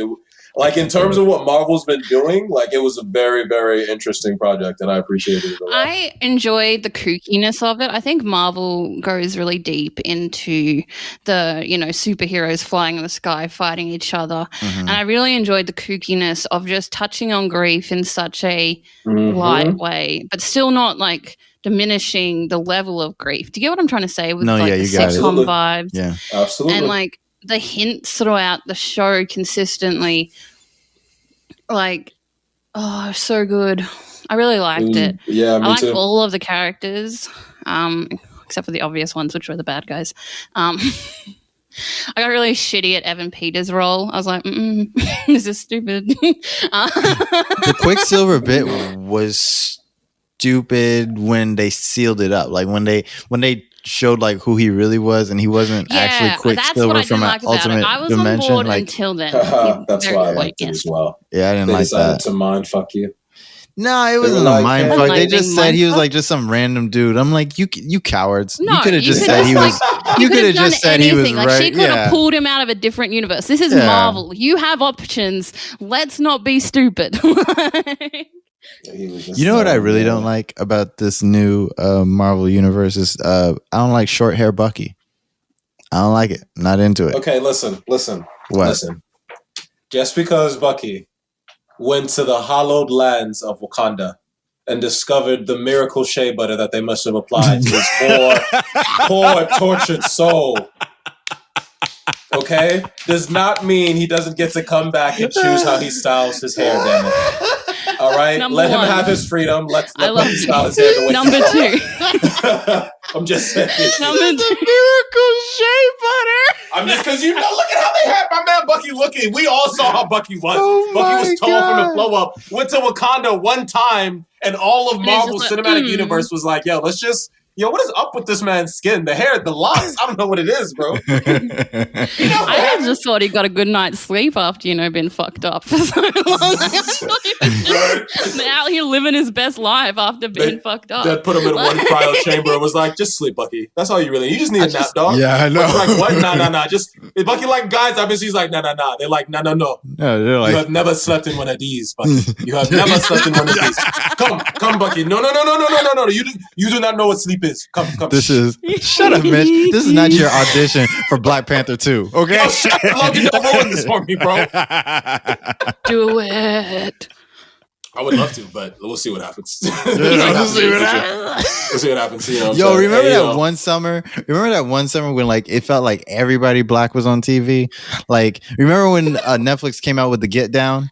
And then like they just remember that's what I'm talking about. Like everybody, they just picked everybody. And I was like I should be on TV. Like, it got canceled. Yo, Netflix, they were cowards for canceling the Get Down, which was amazing, and then even more cowards for canceling Sense8. Did you guys ever watch Sense8? No, but I was interested in it. That's sad. I wanted to see that. Oh God, Sense8 was a phenomenally amazing. It was created by the Wachowski siblings, who apparently may or may not have stolen the Matrix idea. I don't know. But it was made by the Wachowski siblings. And like it was really deep story. It was really cool. And then the Get Down was another great story. And it was like Netflix, there was a period where Netflix, because Logan, you might be right, because it did seem like there was a lot of just black people. And then all of a sudden the show started getting canceled left and right. Yeah, because all the black people was on the shows. That's what it was. Global elite was like, yo, why you got all these? You know that be inspiring people, not just. You better stop all that inspiration. Cut all that shit out.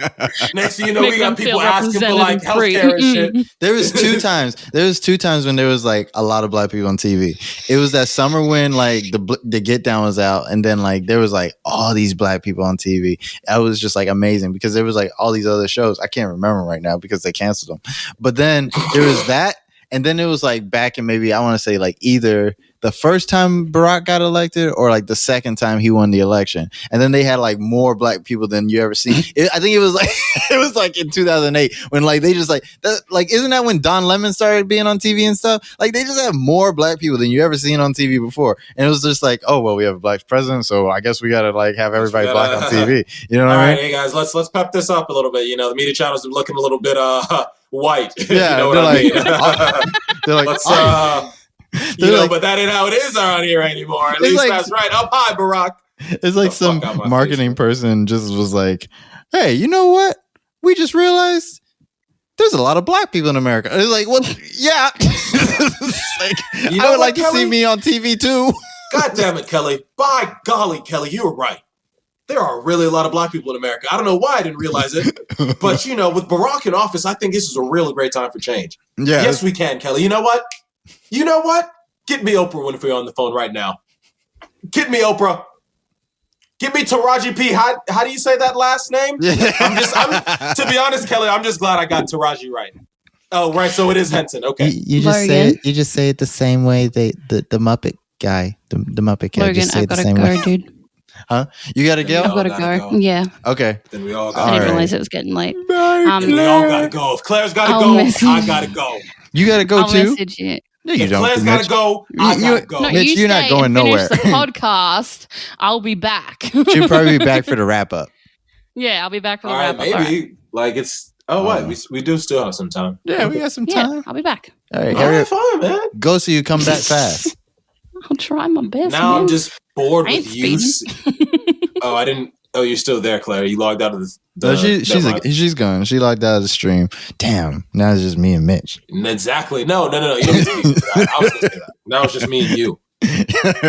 Now I'm like, oh man, Claire's gone. And all this. It's weird because usually when Claire is here, like we get to like we do banter a lot amongst ourselves and we do conversate a lot, but like Claire like helps like keep the rhythm in a way because she like I don't know, she's like the drum section, you know, while we like you know what I mean? No, I honestly don't know what you mean, to be honest with you. She's like the somebody drum. knows if what my anything, metaphors we mean. should definitely be the drum section, but I don't want to go there. Why? Because we black? Yeah, I guess. Yeah, I guess. Yeah, shit, man. Black, we're the rhythm section. Fuck. Yeah, I know. Well, anyway, but. Well, according to James Brown, everybody got a drum.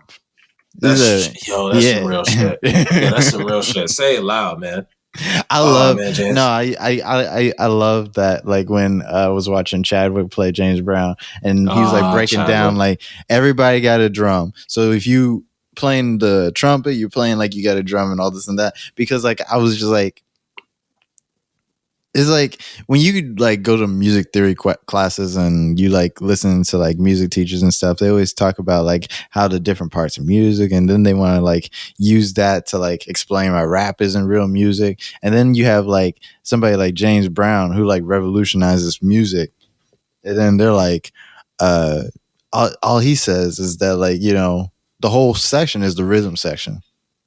You know what I mean? Ooh. So it's like. And then that's what makes funk. And it was just like, okay. So it's like, you guys really don't know nothing about music. Like, you're just scratching the surface if you have to quantify it like that. I mean, I guess on one level, but he was also, in one sense, like a very eccentric figure. And his ability to think outside the box and just want to be original in his moves and his performance, like, inspires that in one sense. You know what I mean? And so he's bold enough to tell that to people because he's just like, yo, maybe that's how I was figuring it out. You know what I mean? You got to feel you. Oh, wait. Also, I didn't get to say this. Rest in peace, Chadwick, Black History Boseman, of course, first and foremost. He didn't win an Oscar, I heard. Not that I care to watch the Oscars much, but I hear he didn't win it. Anthony Hopkins did. One of the problems I kept noticing with, because I didn't watch the Oscars either, so I wouldn't know. No, I don't watch that bullshit. Like, the problem with... okay. We're the worst. No, we are the worst podcast because, like, literally, that was our job. We were supposed to watch that shit. Oh, yeah. We were supposed to do that. I just brought up something. Look at that. I didn't even watch it, and I'm already prepared. I know. Like, so it can't be that hard, right? But like, what do you need to watch these things anymore? Do you like? Bro. I can just like go on Twitter and you guys give me the rundown. Like, you guys are gonna tell me everything that happened anyway. Exactly. Like, I wasn't gonna know that Anthony Hopkins won the Oscar. But y'all told me, so I know. I didn't even see the film he was in. I still haven't seen Mammy's Black Bottom. No, I mean Marraine's Black Bottom. I want to see, but I still haven't seen it. But yeah, go ahead. I guess I didn't see it because like they told me it was like based off of a play, and then like I don't like the way they make plays and movies and adapt them and stuff because I don't want to watch a play on film in that way. You know. Like That's I not how it want, always happens. like that was my only problem with Fences. Like Fences made by the same person, August Wilson, right? But like when you're watching Fences, right? They're acting it out as if they're still on stage, like in a play. And a movie just isn't that. Like there's different blocking and stuff for a reason. Like the performances are great in themselves, but it's just that it's too play like. And I just like hate watching plays on film. Like I can't do it. I can't watch you pretend you're on stage and like your blocking is off and everything. It's just it's gross to me. I notice all those things, you know. I only disagree because in seeing Fences, and oh shit, I haven't seen the actual stage version of Fences, unfortunately. Fuck. But in seeing it on film and just knowing theaters so well, I see what you're seeing, but at the same time, I think they like adapt well enough because they're still trying to get a point across, I suppose, and they want it to have that like feel, like oh, you know, there's still that theater like because after all, this is an original play. But I think they do a fair job of adapting it, man. They may not be going for that full on like cinematic experience. There may be some things that they want direct to translate from play to film. I can't say what's exact, but I know what you mean. But it's hard. I think it depends on the adaptation. But that's I think my qualm with a lot of things that are adapted into movies is that like they're just simple. They're adapted, but they're not translated for the screen. You know what I mean? So like you want to do the book, but you do the book verbatim. You don't do the book for the medium that like everything that happens in the book can't happen on the movies. Like you can't translate all that onto screen all the time. You should be able to. No, you shouldn't. It doesn't work that way because they're two different mediums. A book is an actual medium. Like there's a reason why a book works. Like if you wrote a book the way you wrote a script, nobody's reading that shit. Like that's the worst shit ever to read. Like as a script is like a tool and a function to follow to make whatever it is you're trying to make. But if like somebody wrote like the script out, it would be interesting. But if you read a whole book as if it was a script, it's like external nighttime. External nighttime. Jessica walks into the bedroom and then it like details all the things that are in the bedroom and then where her props are and where she's got, like you would not read that book. So no, I get that, but I think you could adapt adapt a book to film if you do it proper. But I don't have many examples. Yes, the only good example I have is the Hunger Games series, book to movie adaptation. If you ever read, like if the whole last Lord of the Rings exists, and you used the Hunger Games. Well, I didn't read the Lord of the Rings, but I read all of Hunger Games and then saw the films. I didn't read all of Lord of the Rings, so I can't know if it's an actual good. Nah, did you? I read the first one. What? Oh, big ups to you, man. You know, it's a funny story how I ended up reading the first one too. Oh, wait, before you do this, because now we've entered a different realm. Because of course, yourself. Yeah, because of course everything Logan does is out of spite.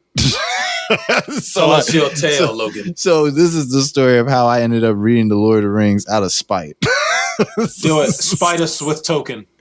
So what happened was I was in 9th grade, but I just got to a new high school. Like we move around a lot. So this was my new school, right? And so this first day of me going to the library, librarian comes up to me and I take forever to choose what's on a menu. So of course I choose like taking like a day and a half to like choose a book. Right. Yeah. She says, "Do you need help?" I'm like, "Well, yeah, I kind of need help, like looking for a book." First thing this lady does is she takes me over. She takes me over to like the urban section and pulls out one of them Junebug books. I was so mad. And listen, wait. What did the urban section look like? It would look like Do you remember? 8 books, like 8 books.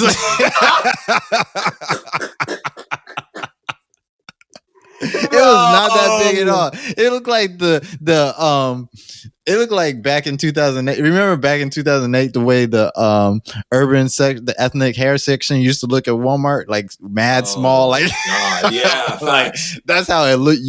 That's how it looked. Like you guys are so spoiled now. There's so much product on the shelf now.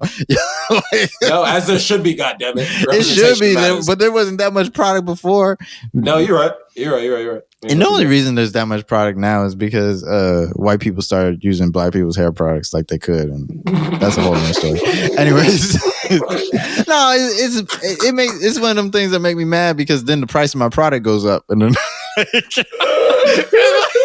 they think people buying it, and I'm like, no, the wrong people buying it. Leave me alone.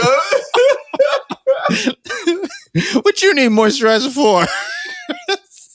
Oh, bro, white people leave my coconut oil. I need this shit, man.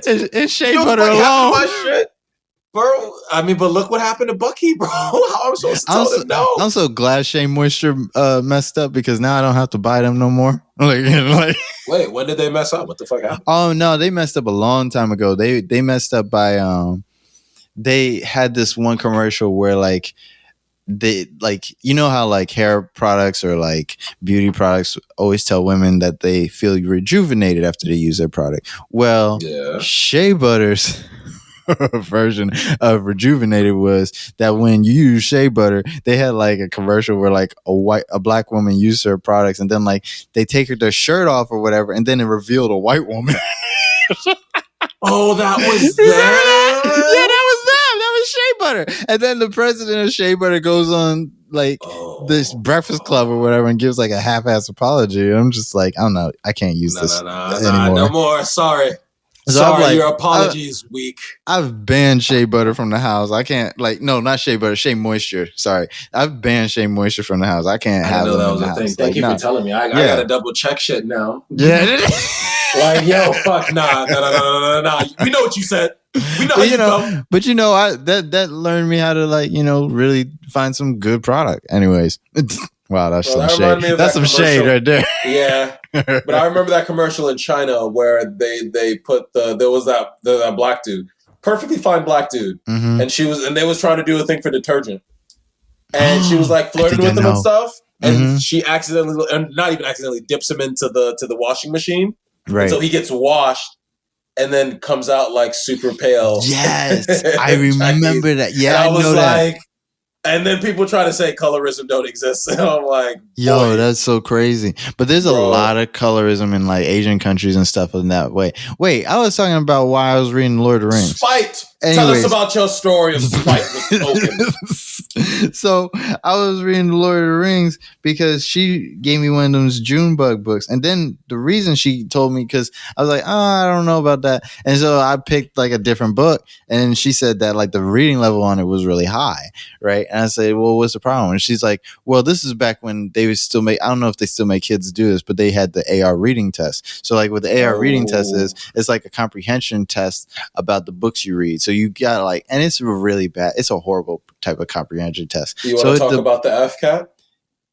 Not yet. But like that book basically like gives you like random tidbits from the book, and it's to see if you actually read the book or not.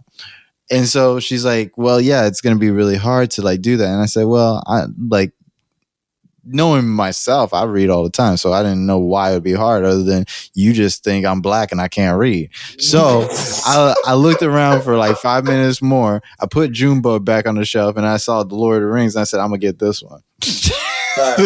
Facts. And I failed that AR test. No, you know why I failed that test? Because The Lord of the Rings is such a lore deep book, like, and they had like 13 questions on the test, and none of them had anything to do with the plot or the story or anything. It was just like random facts about the book, and I'm like, unless you're the type of person that's like Dave Franco or something, and you actually studied The Lord of the Rings, there's no way you can pass this test. Like, you have to read the book like at least 3 times to like know what they were talking about on the test. So like, I don't blame myself for that. But like, so you misread and misinterpreted the law and I failed. didn't misread and misinterpret it. I didn't. Shame. I didn't remember. I didn't remember every little word that was in the Lord of the Rings, and that was my downfall, I guess. Damn, bro. Well, did you enjoy the book? Because I have always wanted to read it. It's one of the legendary like texts. You know what I'm saying, in terms of like fantasy, fictional fantasy and whatnot. I think I would enjoy it more now if I actually read it with a good heart and good intentions. like I was just angrily reading the whole book, and that's not. So for our listeners out there, just so we're clear, you should definitely never read something in terms of spiting another person. Not even obviously you're not going to enjoy it. But you know, I was trying to fight white supremacy, so no, you weren't. Yeah. No, you weren't. Don't you do this? I was. Don't you, damn it. No, Logan, don't you do this right now. No. For Junebug? She wanted to give me Junebug? Yeah, but don't you Black people read Lord of the Rings too. Black people, yeah, that's true. That's true. But nonetheless, you wasn't doing that for the movement. You was doing that to move yourself. Yeah. Yeah, exactly, Devin. Don't you do this? We can't just let that shit rock on a podcast. And also, we let everything rock on a podcast. You know what I'm saying? Like, God damn it, bro. Fuck you want from me, man? I don't know, man. I'm just, I mean, you know. No, I don't.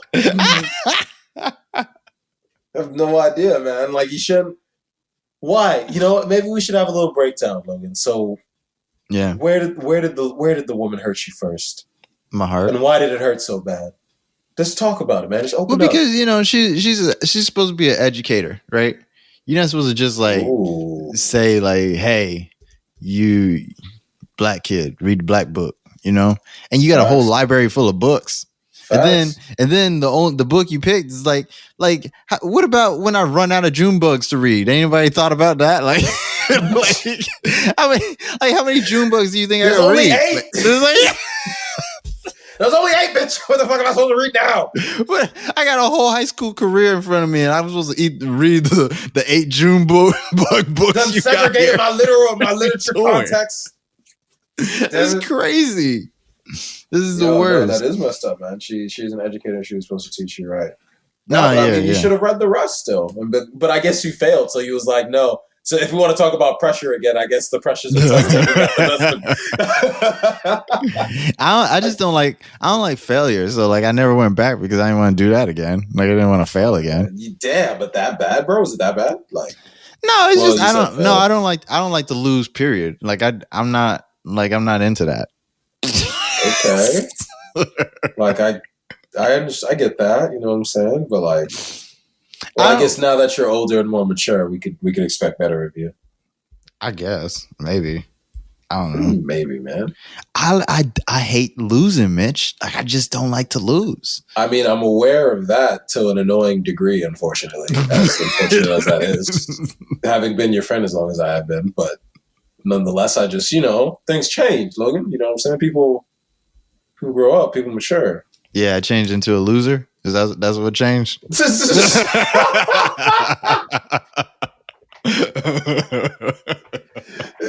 Yeah, not winning anymore. Yeah.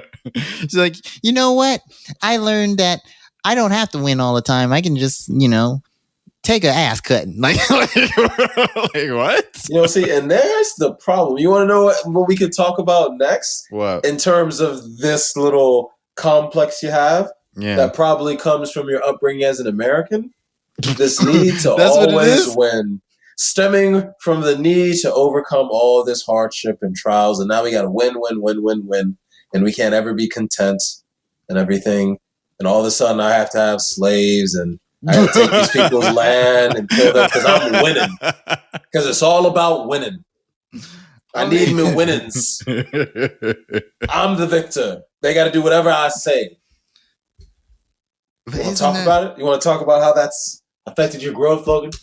I don't want to talk about it like that. Like that. Sure? When you put it like that, like it doesn't seem like winning is that fun. Like I don't know. Well, maybe it was never about fun, which is why it was a problem. Isn't winning fun, Mitch? I mean, when I'm having fun. Now when I have become an entirely different person. No, listen. I think this is a good topic because like. I'm a competitive person. Like where's the line? Where's the line with being competitive?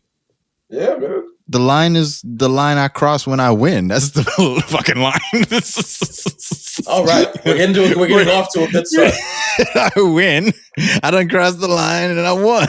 Off to a great start then. What do you think? What are you willing to do to cross that line? You gonna make me sound like a psychopath on my own show. No. I'm gonna make you I'm just wondering. I'm curious. What are you willing to do? Well, okay. What do you mean? Like, give me an example. Oh, what do I mean? I just give me like a scenario of like, would I do this? Would I do A, B, or C if it meant that I would win or lose? I'm just saying. So you're running a marathon. Are you sabotaging the other racers to win? If you really feel like you suck that bad, no. I'm not doing you sure? that. You sure? No, I'm not gonna do that. No, because that's not winning. That's something different. Like that's cheating, and you're not actually winning when you're cheating. I believe in I believe in good competition. Like you came up, you showed up. I feel like if you guys to like sabotage other people in like a straight up competition, like just a regular competition, if you have to like straight up like sabotage somebody, it's because you're afraid of them. You didn't think you could actually win, and you probably don't deserve to win, and you wasn't ready to win. You know what I mean? Agree. So like you tried to sabotage somebody that probably came ready to win. You know what I mean? So that I don't believe in that. I mean, in other situations, I might believe in a little sabotage. You know what I mean? Wait, like, what? How do you go from saying I don't believe in sabotage and then go, but all right, but now how come you get to double speak on the podcast and I can't double speak? I'm just saying you would have said like, oh, like I don't believe in sabotaging, and then you're like, but all right, but I might be willing to sabotage. Well, because there's certain things, certain situations where sabotage, hey, that might be part of the game. You know what I mean? No. What do you mean no? I just maybe elaborate. I don't know. Maybe elaborate what game where you felt sabotage. Let me ask you something. Because the girls have left the room and the dudes are here. We are not. No, this didn't become from some fucking locker room. I ain't down with that. I don't support this. Say what you was gonna say. It could be what you was gonna say in front of us. Just like it'd be whatever. It could be a non-toxic locker room. It doesn't have to be a toxic locker room. So then why did it have to become a locker room now that the girls are gone? The women are gone, Logan. First off, I don't know if Claire want to talk about fighting because that's what I was about to bring up. Fighting. Well, you won't know that unless she's in the room talking about it. But isn't that the case? I don't think. Well, no. Listen, I was gonna say I don't think Claire is a scrapper, but like she told me some stories when she used to scrap. So, bro, I mean, if you hear the tales about Australia, most Australians ready to scrap. Not to stereotype. I was just about to say you just put all types of stuff on Australia. No, it's not saying I say that. I'm just saying when you hear about Australia, you hear about Australia being one of the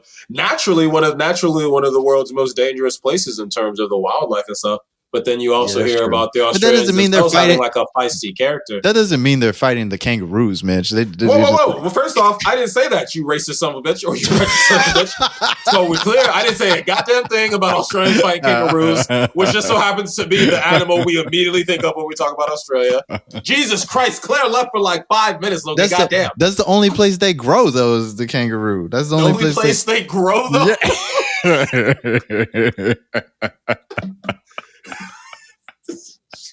Okay, so we're not talking about that anymore. Anyway, like the kangaroos are a fucking plant. Like that's why they grow the killer down. Okay, that's what they grow them. This just so to all our Australians in the audience, I hope we didn't offend a single one of you, and we purely and humbly apologize if we did.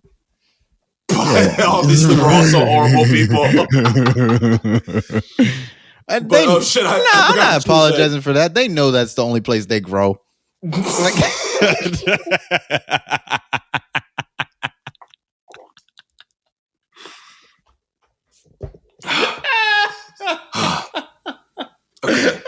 so I forgot what we were talking about. Yeah, what I was gonna ask you was that like because we're talking about competition and stuff, and I wanted to talk to you about. I was gonna ask you, man to man, what do you think about like you in a fight, like? Is it always fair? Like, is there no rules in a fight? Like for you? Well, now that is a very specific one because then we're low key talking about rules of engagement for like war and shit. But no, like, I'm talking about fighting. I'm talking about you in front of another man. You put your hands up. What you gonna do? I'm gonna try not to hit him below the belt.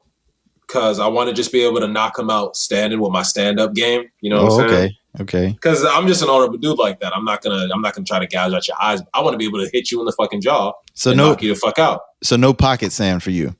No, but I remember that conversation, Logan, and I would never, ever, ever forget you and your need for sand and the little model pose that Dimitri saw you strike at that moment where you was like, sand, and you just never, ever, ever forgetting that shit. Ain't gonna never let you let that shit down. Sand! And then you just sat there and just look. And y'all can see my face. It just be me like kind of looking over my shoulder and it's like really dramatic like pose for no fucking reason. But yeah, yes, no pocket sand. You gotta make sure that sand connect, Mitch. That's what you gotta do.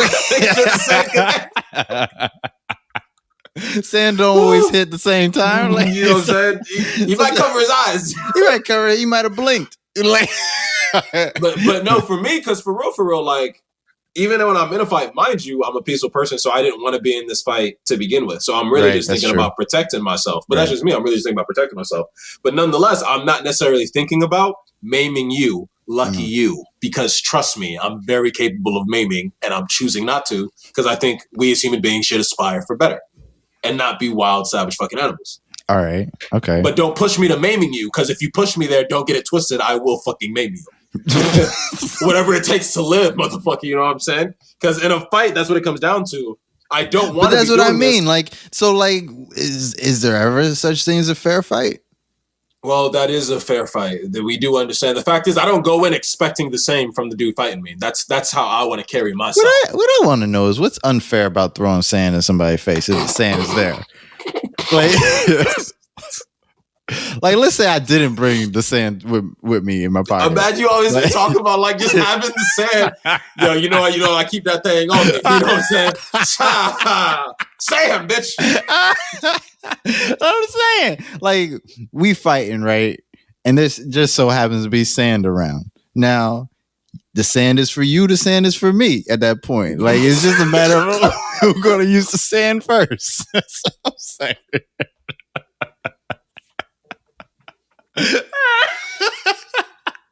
But you have an equal opportunity as I do.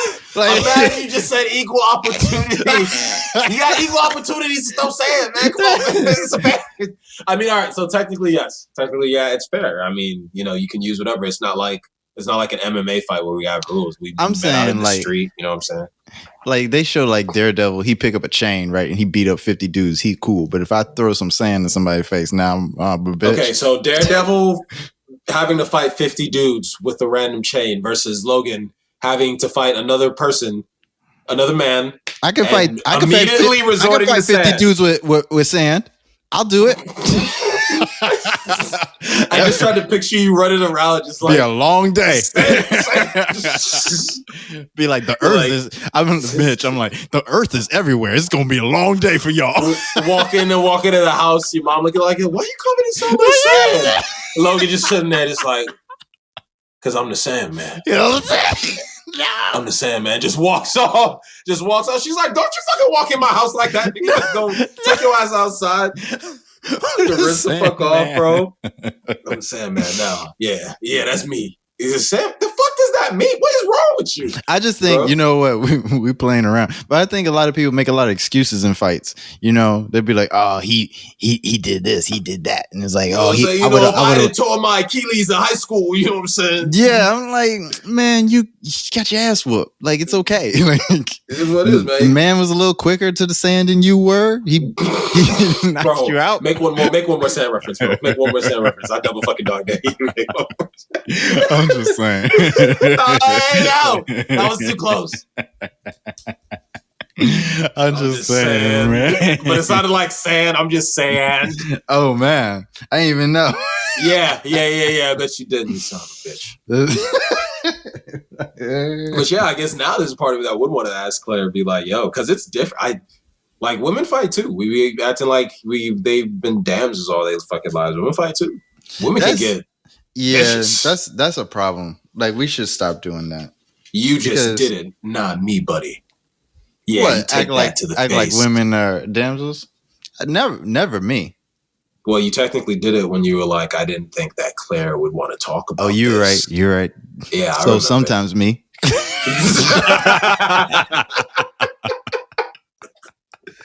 No, but I'm here for you. I'm riding for you, Claire. I'm saying the hood always got your back, Claire. Always got your back. No, like a lot of girls don't like to talk about violence. Claire's not one of them, but like a lot of girls don't like to talk about violence. You know, I don't know why that is. Good for them. Good for them because I like talking about fighting. Like I love fighting. I don't necessarily like, but we might as well understand something that we should understand. So what does good leadership look like in one way? Because it's like at one point we want someone to be able to inspire the people and get things done and set up guidelines for people to get that done. But it's like we always want to make it seem like that's one person's responsibility. It's like good leadership means doing that, but sometimes it also means being aware that you're not always right. You don't always know everything, and being able to listen to someone and follow somebody else's lead, Logan. In order to be a successful, prosperous leader, you have to be able to understand how to follow someone else's lead. Oh, I see. And anything, you should be able to do it better because you know what you need when you're leading people. I see. This is a trap. It's not a trap. It wasn't a trap. It wasn't even for you. It's for all of you. You just called my name out. Damn, this is what I hate about Claire not being here because like I was just teasing, you know, he's just fooling. Mostly. Not really at all. You need help. You think I'm a good leader, Mitch? Do you think I'm a good leader? In most cases, yeah. I think sometimes, well, I don't know. You tend to listen. You tend to be open-minded. I feel like you can get pig-headed sometimes because as you feel things need to be a certain way, but you were a lot worse that first year of college, I'd say. That was the weird thing about college, though, is that like we just keep talking about college. Mitch and me used to go to college. I don't know if y'all starting from this episode, or maybe you should start from episode 1 and learn about us and some shit, like and stream shit. Yo, follow the podcast. Yo, you're not supposed to be aggressive with the shameless plug, bro. If you're gonna be shameless about the plug, you can't just be sitting here yelling at people. Oh, yo, listen, by the way, podcast is out. Yo, follow that shit. I'm gonna run up and shoot your house up. That's right. Be a real fan. Be a real ass fan. Okay, you don't get real fans by threatening them. Hit the follow button. Threaten people. Hit the follow button. Hit the subscribe button, or I'll come to your house. Shit. Okay. Listen, I don't think we support that. People out there listening now. I'm just gonna come to your house and hit the button for you. But like, damn, that is also breaking and entering. Jesus Christ, we were racking hit the button so Logan don't have to go to jail for a B&E. Like, okay. Whoa. All right, allegedly. So all my lawyer friends, allegedly. You're right, we always got to bring that up. All my lawyer friends out there, this is allegedly what's happened. But this is allegedly. I might be in your house using your Spotify to follow the podcast. Stop threatening our listeners. Stop threatening our listeners to become followers. Leadership, but no, it's a serious thing because at the same, it's hard. What I was gonna say was that it's weird that. I remember that first year like you did. And it's weird you brought that up when you were like, how pig-headed I used to be. But you bring it up in this conversation about leadership. And it was like, the weirdest thing to me was that I always want to be the leader of a group. But like people are actually calling me the leader of the group and blaming me for shit that y'all would do. And that was the crazy part because like, but you know, it teaches you about like how like, perceptions? if you huh? How like people have perceptions about you? Not just perceptions, but like if you want to be in that role, that's what that comes with. You know what I mean? Yeah. So if you want to be the dude and you want to walk in front of the group and everything and act like you the one that's showing where everybody gonna go. Don't be talking out here like you was always walking in front of the group, bro. No, I was walking in front of the group. Not meaning y'all was following me, but that's what I was doing. You know what I mean? So like everybody, if like people look at that, they're like, it's his fault. Like if it's like.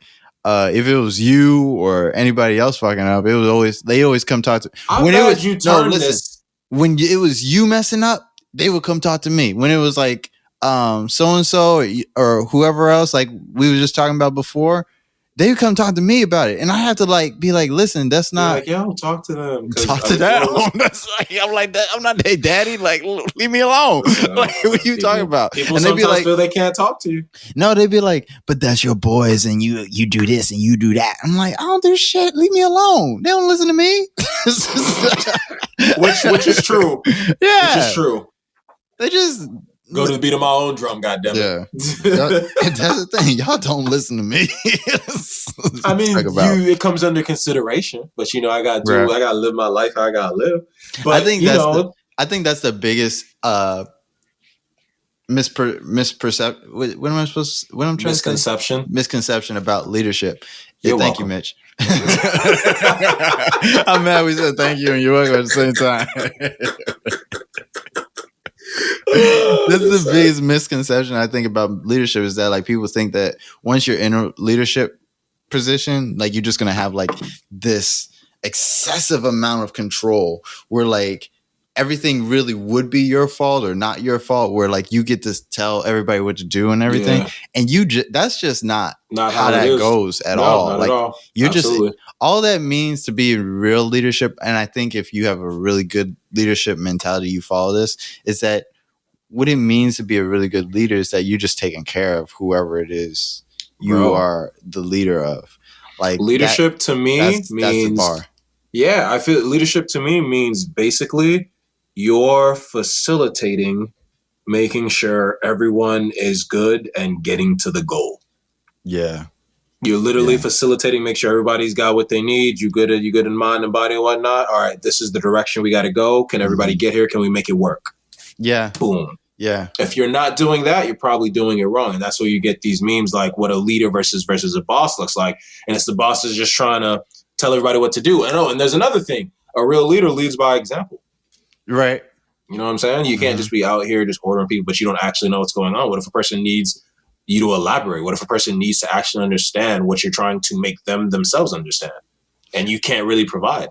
I think that ain't though, cool. on that same coin though, on the other side, like when you say lead by example, sometimes as a leader you don't know. And that's fair. there comes like that time where you have to either choose humility or you have to choose fear, which is like to say that what I mean by that is like you can choose the humble side where like you don't know a thing and you actually have to go find out how to solve that. And you have to admit to yourself that, hey, I don't know the answer to this. Or not only that, but like you would have to like trust the people around you sometimes as a leader, because leadership doesn't mean that you're supposed to know everything all the time. Sometimes leadership just means that you recognize. Sometimes it means that you recognize that the people around you are there to help you get to that goal. So if I don't know the answer, I might ask the person in the group, whether they're a follower or not, hey, how do we get from A to B? Like, how do we cross this bridge here?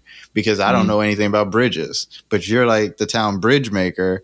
And I know I'm like the mayor of the town, but like, I don't know anything about bridges. Can you help me out? You know? Well, the thing is that's still leading by example as well. Cause it's like, oh, I'm lost. Okay, well, I have to figure out in this state what we need to get. And leading by example would be being the person who takes charge and goes and does that. You know what I'm saying? That still kind of falls under that as well. And even when you don't know, and it's like you say, you have to acknowledge either I'm humble and ask for help, which is what we were talking about earlier. All of a sudden, this isn't your time to take lead. This is your time to listen, perhaps follow. Right. That's also a good leader because you needed to do that. She's back. Oh, she came back, but we're wrapping up, so it's too late. She came back in like record time too. Like that was really quick. fast. I'm glad you got what you had to get done. That was crazy fast. Claire, how do you feel about fighting? Actually, wait. We got to finish the segment on. No. Let her answer that. And I want to know. Do we want to finish the segment on leadership? We are going to finish it. We're going to catch her up. What do you feel about fighting though? Logan needs to know now. Actually, I feel that fighting can sometimes be what type of fighting are we talking about? Like verbal, physical, all of the above? Physical. We talking about like physical. Okay. The look Logan just gave me was massive creepy. I think it's physical. I don't know. I was like, give me the answer. Come on. I need it. I guess you could say I am. Wait, Claire. Actually, no, I'm not gonna I'm sorry, no. This one's important. I'm not gonna let Logan get away with this. Because the reason we ask you now is because Logan was like, yo, I don't want to talk about this with Claire around because I don't feel like she likes to talk about fight. And I was like, Logan, you got to give her the chance to decide that for herself. Because he was trying to cut you off the deal, Claire. He was trying to set you up, Claire. So with that context, now go ahead and proceed. Yeah, you ain't getting away with that. You thought you was just going to get away with that, though? So I have a question now. Yeah, go ahead. To Logan. Yeah, go for it. Why don't you think I like talking about fighting? Oh, yes, because that's what we really need to talk about. So leadership. No. Logan. It can't all be the good juicy stuff when it's just us. You have to give some of your incredible flaws to the people as well. I just love the face he made when he's like, I just love the I hate you, Mitch face. Oh, it feels so good. I hate you, Mitch, all over your face, but you don't want to say it out loud. Okay. It was misogyny. But acknowledgement and accountability, honesty. Now let's talk about it. Do something. Oh, so that makes you feel better when someone comes at you with one of your things? When someone's honest and accountable, even so they're like, yeah, I'm a massive racist, but I admit it. That makes it feel better, does it? I don't think it does. I think it's still Claire, just crap. I'm sorry, Claire. You're right. It's still just crap. Why are you being misogynist, Logan? What is happening right now? Who are you? What have you done to my best friend? He wasn't deep misogynist. He was just misogynist enough. But he was trying to gloss over it, and I wasn't gonna let him. And then he go ahead. I may or may not have used misogyny as a segue. Like I just like for the show. I don't know. What I said was, and I quote myself, is that was when you left, we were talking about like fighting and stuff. No, we were talking about competition. Yeah. And I was telling Mitch how I just like to win, basically. I don't care what it is. And I was begging the question of what are you willing to do? And I said, like, I'm not gonna like trip nobody in a foot race or anything like that. You know what I mean? But like, because like I don't think that's fair. But then like when we started talking about fighting, I was like, like almost anything's fair in a fight. Like, But before we started talking about it, I was like, hey, now that the women are gone, you want to talk about fighting? What like, he said verbatim, Claire. What he said verbatim on the podcast, on the super public as fuck podcast. What he said Logan, that was gross. Yes, it was. That's gross, Logan. Like, that's gross. You better stop laughing, too. That's gross. I was just saying that.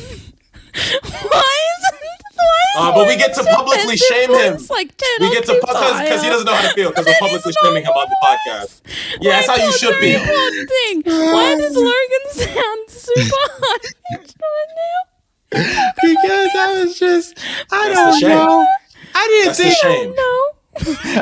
think you was. Yeah, I didn't think you wanted to talk about fighting. I mean, I don't want to talk about fighting, but see, what I was right. Shut up, Logan. No, exactly. No, don't be so misogynistic, Logan. Let me speak. Right. So, you're gonna get this one held over your head forever, dude. What I was gonna say was, I still have an opinion on fighting, just because I don't like talking about fighting. I also don't like friggin', I don't know, bananas, but that doesn't mean I don't have an opinion on bananas. I don't think banana is still. I still like banana bread. You can't just make an assumption based on my gender that I'm not going to talk about something or be open to a subject. Talk your shit, Claire. Talk your shit, Claire. My white man's back. Well, Claire, you're a highly opinionated individual, and of course you would find a way. You could probably give me a subject and I would have an opinion on it, even if I've never heard it before. I know. I am Leslie Knope. I was about to call you Neil deGrasse, but and everyone, hello. So we're in the middle of publicly shaming Logan for his misogyny. If you're just tuning in, thank you. Just continue listening. You'll hear a little bit more now. No, listen, the reason why I didn't want to talk about, it's not I didn't want to talk about fighting in front of Claire. I was just making the joke that because she's gone, we could talk about fighting. I decided to make a misogynistic joke in 2021 because I'm woke as fuck. Yeah. Yep. I see. Oh, this feels so good. I'm just glad it's not me. I'm just glad it's not me. Like, oh, man. Get him. Get him, man. Oh. I had to, Claire, and there's a part of me that other than doing it for myself personally, also had to do it because we're on this public podcast. I hate you too. I hate you too. I trip one time. Like, I clean up so much of what you guys say on the daily, and then I trip one time. And you know what the thing is? When I mess up, I usually keep it in the show. So don't leave me alone. If you kept my mess ups in the show, though, what? You wouldn't have a show. I know. I'm not saying I'm better than you. I'm saying you think you're better than us, and you're just here. Like, you're just here. I don't think I'm better than anybody. Like you're up here. I'm doing measurements, by the way, guys. Yo, come in his dome. Listen, because I don't think I'm better than you two. I don't. Yeah. No, I don't. You do, though. You're sitting there acting like you are. I don't. Play it back. No. What I was Play it back. You sitting there saying that we're trash and that you're that much better and that you leave your bad bits in. After we just finished talking about nobility and classism, bro. I agreed by saying that I am trash, and if people actually heard my opinions, they'd leave. What I was thinking about... what do you think I was agreeing with? What I was thinking about was, like, last episode, I had that little story where I was like, I think of myself hard and, blah, blah, blah, blah. And then you guys immediately at the same time said, you're not hard, Logan. And then, like... But what I thought about was that, like... No, what I thought about, because I did the editing for the show and I had to listen to that part again, and I thought it was funny. No, I thought it was funny. That brings me such a sick level of pleasure. Just how much you're just sitting there and like, I am hot. Like, why do you gotta come at me like that, man? That's horrible. No, listen, I thought it was funny because, like, when I think of you two, I do think of you guys on my level. So, like, to you guys, I'm not hard. But, like, to a lot of other people, I might be hard. So that's why it didn't offend me. Wow, Claire, he's really trying to push this. Like, I thought he was going to come think I'm hard for real. He's like, just so y'all know, I know y'all don't think I'm hard. But when I go anywhere else, y'all gonna get somebody hurt.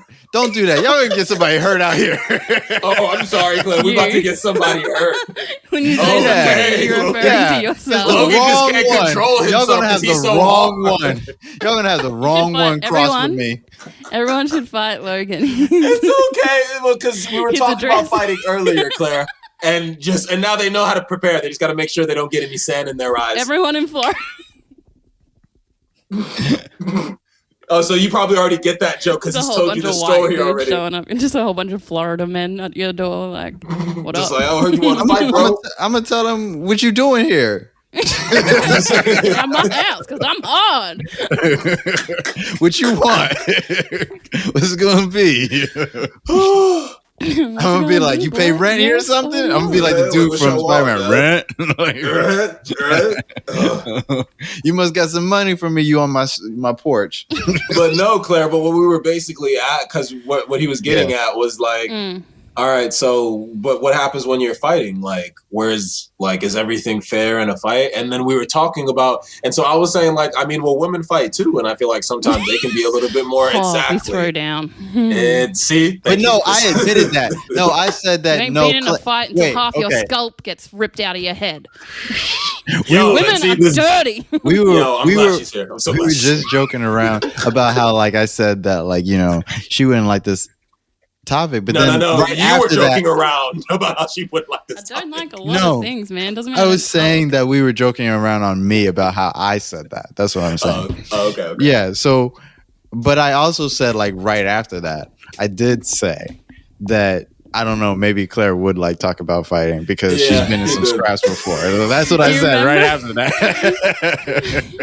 You've been in scraps. I remember before? sitting with Ben and Logan one time, and we were just hanging out. Obviously, Logan was on call, and he wasn't in my house, unfortunately, yet. Anyway, we're just talking, and I don't know how the subject came up, but we were talking about, I don't know if I want to explain this to the world, but we're talking about this one time in primary school. Like I was what do you call first? What do you call your early? Elementary school. Yeah. Elementary. So I was just like, I was 12 though, so it was like year 6 for me, whatever it 5 is or for you something. guys. Yeah. And there was just this girl who had like issues with me. Like she just, we had beef. Like it was just a thing. Nothing got physical yet, but we had beef. And I was like, it's about to go down, y'all. And the teacher came up to me and was like, "Can you photocopy the?" So we had this like classroom, and then there was this little alcove on the side of the classroom, and it had like the printer and the photocopier, and it was like this little office, but everyone could use it. It was like neutral space, anyway. So the teacher came up to me and was like, "Can you just quickly photocopy these for me?" And I was like, "Yeah, sure, whatever." Like just being a student, living my life. Went into this little alcove by myself and was photocopying. And this bitch comes in with a like scissor thingy that she's made into a knife. Like it was like literally a shiv. Like she comes in and she tries to like cut me. And I just like grabbed her by the head and we fought. And no, don't gloss over. I'm glossing because there's an important part to this. No, I'm glossing because there's an important part to this that Logan specifically finds the most psycho part about me. So I bash her head into a photocopier. And she passes out, and I drop her on the floor, and then I grab the stack of photocopies, I neatly just like shuffle them into a pile and take them out to my teacher, give her the photocopies, and then sit down and continue my day. And he just thought that was so fucked up because I didn't even like. Did you call anybody to check on her? No. Yo, Claire, the thug life don't choose anybody. But when you thug life, like, you know what I'm saying? You're like, it don't choose nobody. Ain't no choices out here. You know what I'm saying? Because I just remembered. We were Ain't leaving. no choices out here. Oh, we were leaving.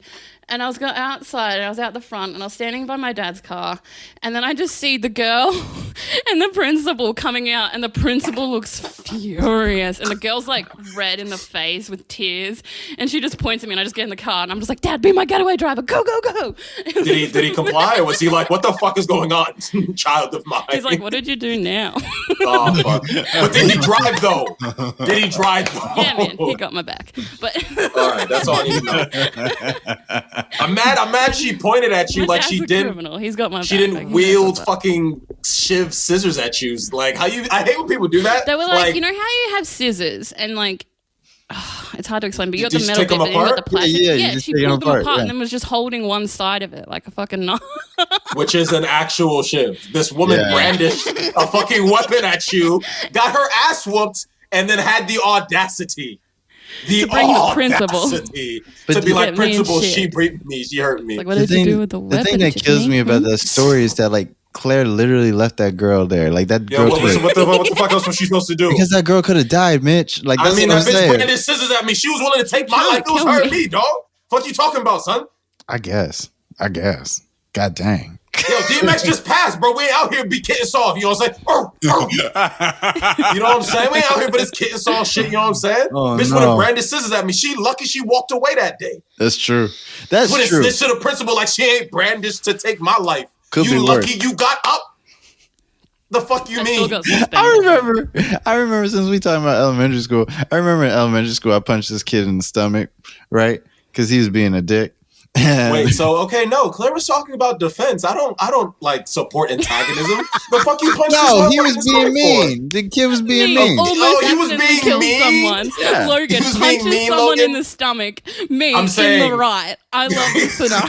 But it's entirely that's what it is. You were on self-defense. He just attacked someone, and you talk about kid was mean. Logan, you're one of the meanest people I know. Like, if they were being mean to you, I was so nice. Like, as a kid, like I turned into this monster. Like, I wasn't always like this. Like, it was like, no, I used to be nice. And so, was he that mean? Where it really hurt you that bad? Where you felt like I needed to assault this person? Probably not, but I did hit him, and I remember I hit him real hard, right, like in his stomach. And then, like, the teacher was coming. And I don't know if this was the beginning of the end for me, but like the teacher was coming and I saw it, and so I like grabbed him real quick and I said, "You better not say nothing." And then I turned around. Logan, see, and we need to So establish what I'm learning clear from differences. this podcast is we're all incredibly gangster. You know what I'm saying? No, I'm learning that you're gangster and that Logan's a goddamn bully. And this is exactly what I fought against my entire life. This is what I fought against my entire life, man. Stop the bullying. Mitch, you don't want to start a gang with us? Bro. No. You want to start a little mafia? Bro, no. What? You can be that peaceful guy that gets all the We'll talk bitches about it 'cause after he's the in a show. gang, We'll talk but about it he's after not the like show. an I ain't got asshole. time for gang affiliations. I've known too many people. Out of nowhere. Just at random, not on purpose. I'm not cool. I was just working. Just be like, hey, hey, what's up, man? You know, I used to be a Crip back in the day. Oh, okay. Oh, shit. Well, did you need help trying to figure out, like, try to make a milkshake for this woman at the Dunkin' Donuts today? Or like, you know what I mean? But they were good people most of the time. He wanted to be to know honest with he you. used to be hard. He wanted you to know. I don't think so. Yeah. I did ask him to tell me about himself, so I think that makes sense, to be honest. You know, I think that's fair. Like, Ask you know, questions, so get answers. Yeah, Ask questions, exactly. get answers. I don't think it's a problem. You know, he had his affiliation and whatnot. Yeah. You know, I've been down for the stuff, you know, so in service into whatnot, you know, for the neighborhood and whatnot, protection. I think it's kind of cool. But, you know, I don't try to attack people, Logan. I usually be on the defensive with this shit, man. You know, I can't remember any of the elementary, middle school fights, though. Because it was just, I mean, back in the day, you were just throwing punches just to have fun. You know what I'm saying? Playing with the kids. We was play fighting in the park for no reason. Oh, shit, nigga, you bleeding. Oh, my fault. That was not my high school experience. Okay. Oh, my fault. I guess we went too hard to like, Shit, He ain't bleeding, run. Like, whoa. But, Oh yeah, I god, don't bitch got a really. knife. I've No. been through some serious There's shit, no though, other but knives, like, thankfully. I like how. yeah, that's good. What were we talking about? Leadership? Well, leadership, how Claire feels about fighting, but now we know. I mean, that's a perfect segue if you want to talk about being a gangster and leadership. If you want to be real about it. Let's not. Okay, just saying. Claire, You know what I'm saying? when you came in, we was talking about leadership, and so what are your thoughts on it? We'll go from there. Sorry, that was just so clunky. It was. I'm getting better. I'm getting You better. are getting but better. It's, I don't know. You know, but sometimes, My you know, thoughts get a on little leadership is that three things. One, it's necessary. Two, it's abused. Three, it's very well sought after. Everyone wants to rule the world. It's like one of the biggest things, but like it's very rarely achieved. You know what I mean? Like properly. Because going back to number two. What you We mean, were like talking about ruling that, the yeah. world or leadership? because Well, it's leadership abused. and ruling the world are very intertwined. I'm crossing my fingers across each other, by the way. I don't know why people want to rule the world. Like, I was thinking about and that's that. what I'm saying. They want you leadership. serious? They want to be in Yeah. control. They want to be charged. If They do. I ruled the They're happy. world, It's- imagine that. Okay, I I know free this song all my sons. I love them, baby. Yo, you serious? Plenty of reasons to want to rule the world. We should have a musical like special on the too. podcast. No, Yo, Oh you're my entirely God. right. That needs to happen. Oh, I hate Mitchell's like, yes, that. let's do this. No, that needs to happen. Not now. Outside, Not declare. soon either. Not soon either. But that's probably actually a good idea. I would Like die. people like that. But no, I mean, I agree with you, and I think like if you were properly leading and you had proper leadership, the concept of ruling the world wouldn't even be in your head. But that's not the case, though. Absolutely. Yeah, I agree with That's you. not the case. So it's important. So we'll go back to step one. It's important. It needs to happen. There's that step. Second, people abuse it, which moves into everyone wants it, but they want it for the second reason, not the first reason. They want it, like the people who I'm talking about, not everybody. I'm not grouping everyone together, but right. people who want it, quote unquote, want it for the second reason, not the first reason. The people who want it for the first reason rarely get it because they're not willing to do what the third people will do to get it, you know? Right. And that's my opinion on it. No, you're right. Broken You're down. right. Sorry, Nice. I'm so tired. I feel that. Sure. Makes I sense think- too. We're about to get out of here. I was just thinking, because you was talking about world domination and all that, and I was just thinking about how, like, so many times, like, the villain in, like, the movie, they want to own like the entire world, and I just don't understand. Like, really, I don't get it because it's such Are you serious? It's a horrible goal. It's like the worst goal you could have. Relating to the evil people. No, it's not. It's not about relating. It's about understanding, and it's like you've always understood man's need for power, correct? Power, yes, but like, which is all the world domination thing. I don't know, but that's all the world domination thing is to them. Yeah, but power. Nobody can really. It's like, I think a lot of times what people say is they want to conquer. They want to rule the world, and what they really mean is they want to conquer the world. Like they want to be the guy that takes over your shit. They want to be the guy that snatched your chain, but they don't really want to be the guy that takes care of the chain. You know what I mean? Yeah. Like, they don't really want to be the dude that has to actually take care of some shit. They ain't trying to provide the chain to the chain where I'm with you, brother Logan. Go ahead, snatch your shit, man.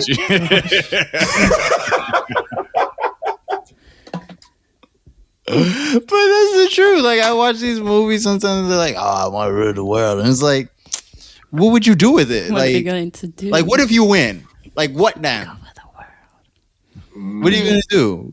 I know, but sometimes it's not always like logical. The thirst and need for power to some people is just like an emotional, like, oh, it makes me feel good. I want that. I want people to understand I have that control. That's a control in my three people. That's a control thing. That's like, that's what I'm saying. But that's what I'm saying. Like, because you said it, you're like, I don't get it, and I'm like, really? Because it's kind of all there. These egotistical fucking maniacs who don't know how to just rein their fucking selves in, be decent people, are like, yo, I want to be able to do everything and have all the power and make sure you can't touch me or affect me in any way, but I can affect you and touch you in however many ways I want. You know what I'm saying? I get that. Yeah, I understand what you're saying. Yeah. I'm not saying they're right, of course. I'm just saying, like, I get what you're saying. It's kind of out there. It's right there. I could see that. I could see that for a lot of people. I feel like that's how a lot of people get in management positions in the first place.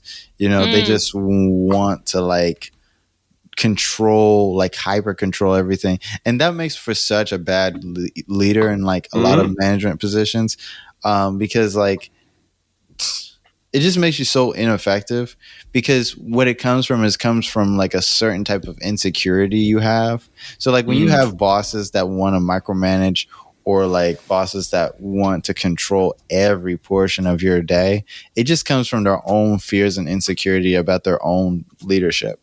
And what they're mostly afraid of most of the time is their inadequacy and how adequate they are or equipped they are for the job. And they just end up taking it out on other people. And what they seem to always like not realize, because a lot of the time with work culture, we get tricked into thinking that the boss is the boss and the boss is always right, or the boss is supposed to know everything, supposed to say everything. And that goes back to what we were talking about before she came back, when I was saying that, like, you have that choice between humility and actual fearfulness about the position. And it's like,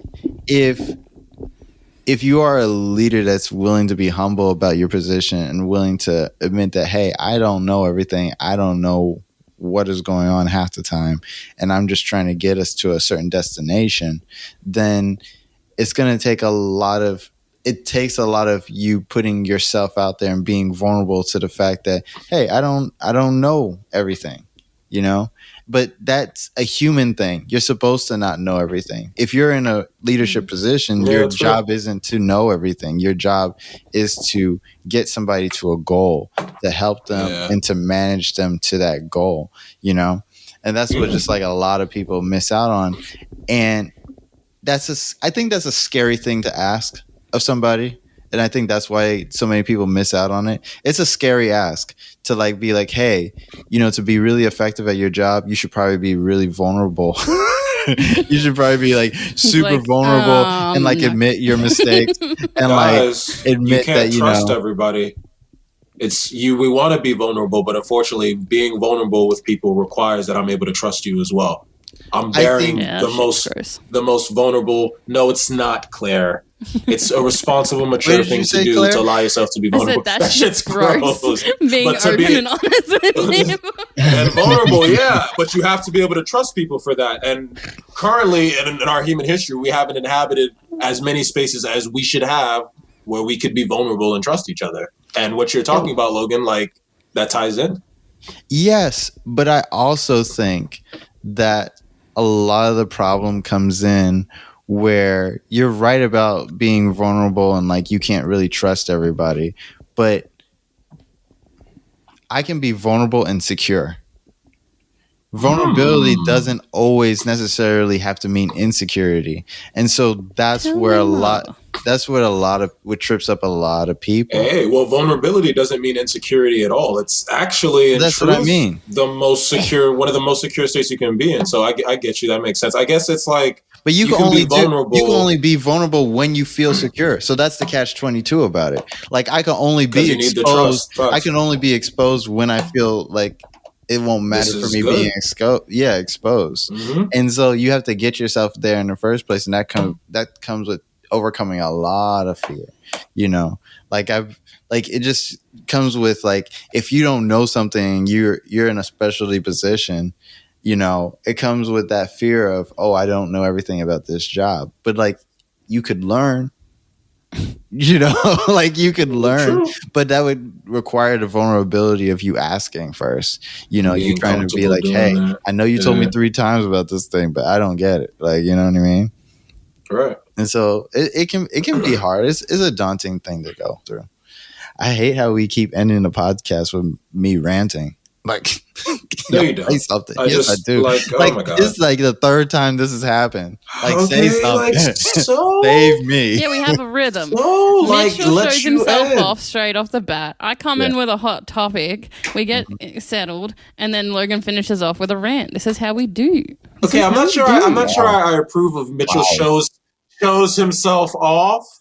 You know, I think I'd rather prefer Mitchell is just the awesome person he is, and you just, notice. If that's how you want to word it, you can word it that way. No one's going to stop you. Listen, you're hurting my feelings, Claire. I'm sorry. Claire, this is beautiful, guys. Yo, I'm glad we can reconcile this on the pod. Like Content. Facts. Because that's what it is. Listen, boom. This episode was fucking fire. Oh, don't hype the episode. You're fire. You don't need to hype the episode. This episode was good. This is a good damn episode. No, don't hype the episode up, man. It can speak for itself. Y'all getting a lot of good content out of this shit. I love how me in my like hysterical tired mood is like what you want for this. You're like, yes, this is where it's at. Claire's just psycho today, but not in a scary way. I love it. Yes. and also, in case y'all didn't realize, psychotic. In case y'all didn't realize, while Claire might not cut a bitch, she will fuck one up if you try to cut her. So only watch how you move. Knife. Only if you can't stay out of my house. B, don't come at me with a knife, and then we'll have no problems. It's funny how like somebody's like, "Oh, I know what to do now." They pull out a knife, and then it just like sends Claire into like a frenzy. Like Claire's like, "I know what to do with this." Like starts frothing at the mouth, having flashbacks. I like to clarify. She was a lot smaller than I was as a child, so it was a lot easier to grab her hair. Grab her. That's why she That's why she grabbed the knife, because she wasn't secure in herself, Logan. No, she didn't believe in herself. She didn't believe in her abilities. She couldn't accept the reality, so she thought she needed to grab being a chubby lady, so sitting on people. You know what? The problem is, I feel you. Wishing them. This is for anybody. Like, get up, and I'm like, I'm not moving. Like, I'm just chilling. You gonna try and hit me? No, try and hit me. Yeah, I'm sitting on you. No. You can't do shit. Yeah. That's my pacifist move. Side note. I feel you. Like if I sit on them, maybe they won't be able to lift me, and maybe I'll get away. I feel You're that. crushing me. Yeah, you tried to punch me in the face. Like I hope you stop breathing. No, I feel that. Logan, you were saying something. Shit, I'm sorry. Oh no, you were saying. Oh, you were trying to overhype the episode. Listen, shut up, man. It's fine. Well, yeah, This is a good Listen, ass bro. episode, Yeah. And the people will know when they hear it, man. You ain't gotta, you know what I'm saying? Try to overhype it. I could be happy in the middle of my own episode. I'm just saying, I'm the one who's better at that and who does that, and I don't think it's necessary, you know what I'm saying? I love the fans. I love all three of y'all out there. And yo, shout out to the 3 fans. Yeah, shout out to my girlfriend's mom that likes every post on the Oh, word? Oh, yo, shout out, mama. precious. Thank you. Thank you. Good luck. But yeah, I love supporting. Yeah, for real. I mean, I don't let her listen to it, but still. You don't want her to know what kind of guy her daughter's dating? No. Oh, wow, that's No. No. What happened to being open and vulnerable in your true self, Logan? I'm not secure. Exactly. I'm not secure here. Exactly. This is not and a that's secure what we zone. get to here, the truth. That's what I'm talking about. We had some real good work made, some good progress made today, y'all. We found out Logan's not hard and he needs to be more vulnerable. That's what I'm talking We about. also found out Claire's hard and won't be vulnerable. Exactly. And I think this is a beautiful dichotomy. You just said the same thing he said about me. You just said it cooler. Yo, so, like... That's my job. Wow, that's crazy. Fuck, man. I can't get no love here. I can't get none. I love you, You Logan. got the damn podcast, man. Shut up. I got Like, the fuck you mean, bro? Don't be out here talking me, oh, man, I can't have anything, bro. You know, I don't have anything. They don't give me You got anything. 2 unpaid workers giving you gold, bitch. You know what I'm saying? This is Like, gold bro. content. True. I should be getting paid for this. I love y'all. I love You're just y'all. sitting there like, I don't have 3. Listen, this is just the 3rd episode. Y'all calm your pockets. I want money where- too. Pockets ain't complaining. I've been here for you the whole time. Oh, You complaining when you got the entire damn podcast. get it. Yeah, we got some podcast goals. Share the show, you know. Oh shit, is that okay? Yeah, I'm gonna share it. I'm gonna listen to the last one and I'm gonna share it as soon as I finish. We gotta get out of here. Yeah, we do. I'm It's so- about that time. Okay, eat. let's wrap this stuff up. Mitch, I started with Claire last time, I believe. Did you have anything else? Wait, no, I started with Mitch last time. Let me start with Claire. Did you have anything? Are you sure? Yeah, I am. No, it was me because I said all that nice stuff, remember? Yeah, but you said that after Mitch was like, humans are the scum of the earth and we need to be better. Like, so. Oh, yeah, fun time. Oh, end quote. Ain't it true, Cite though? me. Which made it to the last episode, and you would know that if you listen to the show. I'm going to listen to it probably tomorrow and then share it immediately. Okay. Don't share that one because we got this one That's coming another out. one. Share Like, this what are one. you Share this doing? Yeah, we're not proud of the second episode. I'll just so you share know. it right after. Still listen Yeah, to I'm it. proud of the second Don't feel episode. bad. I thought it was fun. But Yeah, fine Claire. isn't good. Yeah, Claire, do you have any last words for the show? No, I was nope. I hate going first. Wow. That's what I want to say. Also, I'm very tired, but I enjoyed today. Yeah. I like talking to you. So Oh, hope you guys enjoyed the show. Oh, Claire, thank this you. we Claire. made some serious progress today. Yo. Yo, this is Just because sweet. I'm being nice to you doesn't mean I'm being vulnerable. Also, that boom, bye.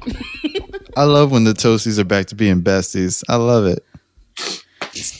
I just want to tell everybody out there, you know, you don't have to fold under the pressure because you're better than that. The pressure doesn't have to stop you. That's how diamonds are made. So go ahead and shine like the fucking diamond you are. Okay? Be a leader, not a horrible leader who abuses their power. Be a true leader who cares about the people around you, who leads and gets the goals done. You know what I'm saying? And remember to not be insecure like Logan, because you don't have to act hard when you are hard. It's okay to be vulnerable. Claire. I don't It's okay act to be hard. I vulnerable. am hard. I act like this because this is Okay, who so I am. obviously Logan didn't get the point and learn the lessons that he was supposed to learn. So we're going to have to go and do this TV moment all over again. But in any case, you all know better now. And I just want to let you all know Mitchell that you needs can to get do the it. fuck out. We just need to go. Yeah, The one players thing- like that. The one thing I do like about Mitch, is that like when he does the wrap up for his side of the show, like he does actually remember the topics, because after 2 hours of this, I do not remember anything we said. Like I don't I'm remember just like, say a anything. nice thing and get out. Yeah, Look at him actually caring. That's all he's trying to do. You know yeah, what he I'm saying? does. He cares about the show. I like that. I like that. But also, I listened to the shows back and I'm like, fuck, I said that? Wow. Yes. Oh, really? I let me listen to the second one because I didn't do that as much on the first. I was more like, oh shit, like I sound stupid as fuck. Why am I talking so much and shit like that? But no, you guys don't sound. You guys don't sound bad. Like I listened to the show. Claire has a really good voice for this. So do you, Mitch. I don't like my voice for it, but I've learned to live with it. No, you know what I mean? Yeah. But like, no, you guys are killing this. You guys are doing like this show. I just love how we keep bouncing back from hella arrogant to like super self-deprecating. I feel like that is the essence of what Milk and Toast is. Is what? Self-deprecating is super arrogant. Just bouncing like a bull. Back. You know what I'm saying? You're not lying though. Yeah, it makes sense actually. No, right. Oh fuck! I was gonna make a mean comment to you. I was like, I hate to say it. There it is. I need to insult you real quick. I hate to say it, but you're also doing pretty well yourself, buddy. Oh, great! Wow! Oh wow! Thank you. I try so hard. This is what I like. I like a little bit of recognition. You know? Yeah. It's good. Little ego stroke. It's good for the soul. You know? Absolutely. Now this is the part where I shamelessly plug all the places you guys have to follow and share and like listen to us on.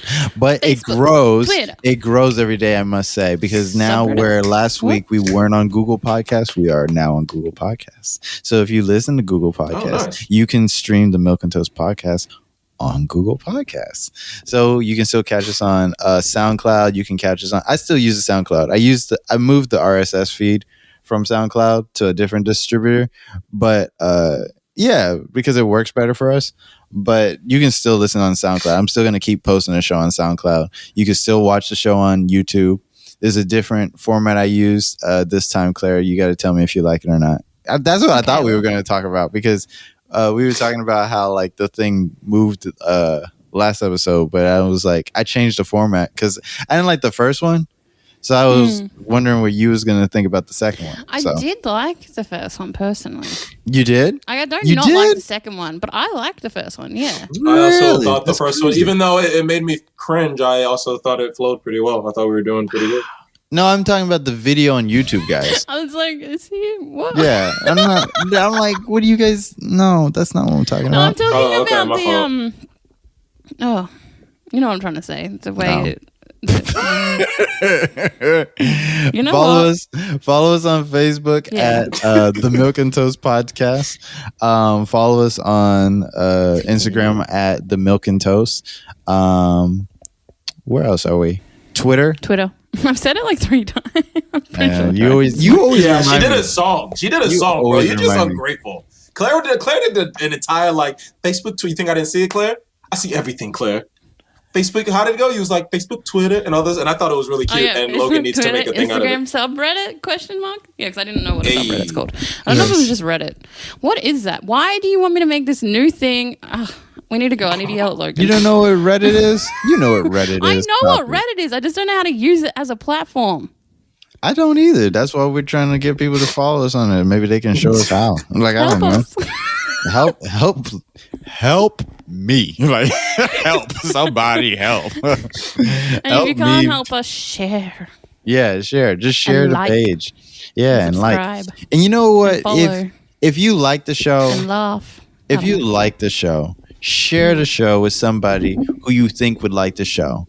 Or if you think like we say things that might piss off your uncle or your dad or something, share it with your uncle or dad. We still get those. Someone share it to Sarah's mom. No, don't do that. No, don't. Yeah, do that shit. Do that shit. You know you gotta do that shit. No, don't do that. She deserves to know the man her daughter is dating. She just needs to know that he's got a podcast and it's wonderful. That's all she needs to know. Like, everything is fine.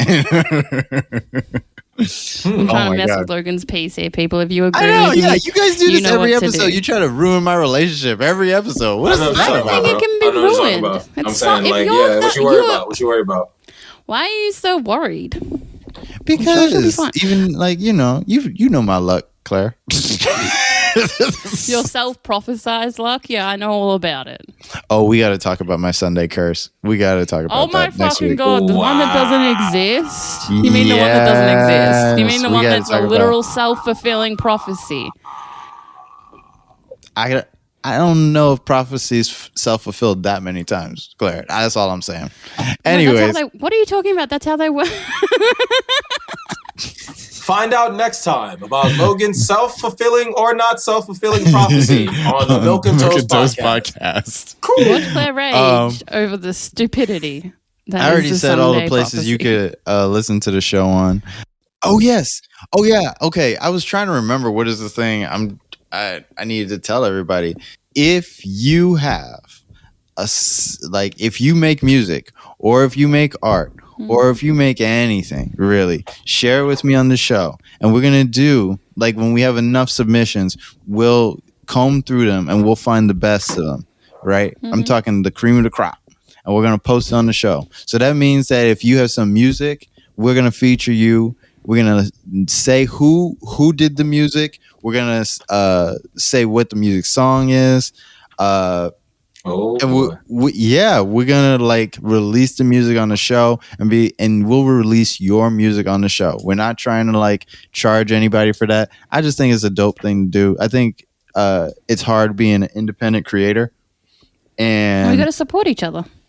I do think we're gonna support each other, but I just like art in general, you know? I cannot wait for the day when me, Mitchell, and Logan have to sit down and decide the cream of the crop. I think that's just gonna be the funniest thing because we are all so different. I'm gonna choose some like artistic ass murder scene, like some really intense crap. Logan's gonna be like, look at this one. Sounds good to me. Flowers. Also sounds good to me. I don't know what Mitch is gonna choose, but it's also still sounds good to me. Yeah. But Logan's gonna be like, it's my show. Veto everything.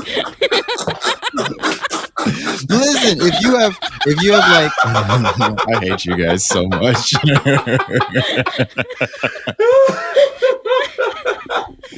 Mitchell does something good. It's my show, says Logan. Damn it. Listen, if you have art, if you make art, like graphic art, computer art, whatever, and you send it to the show,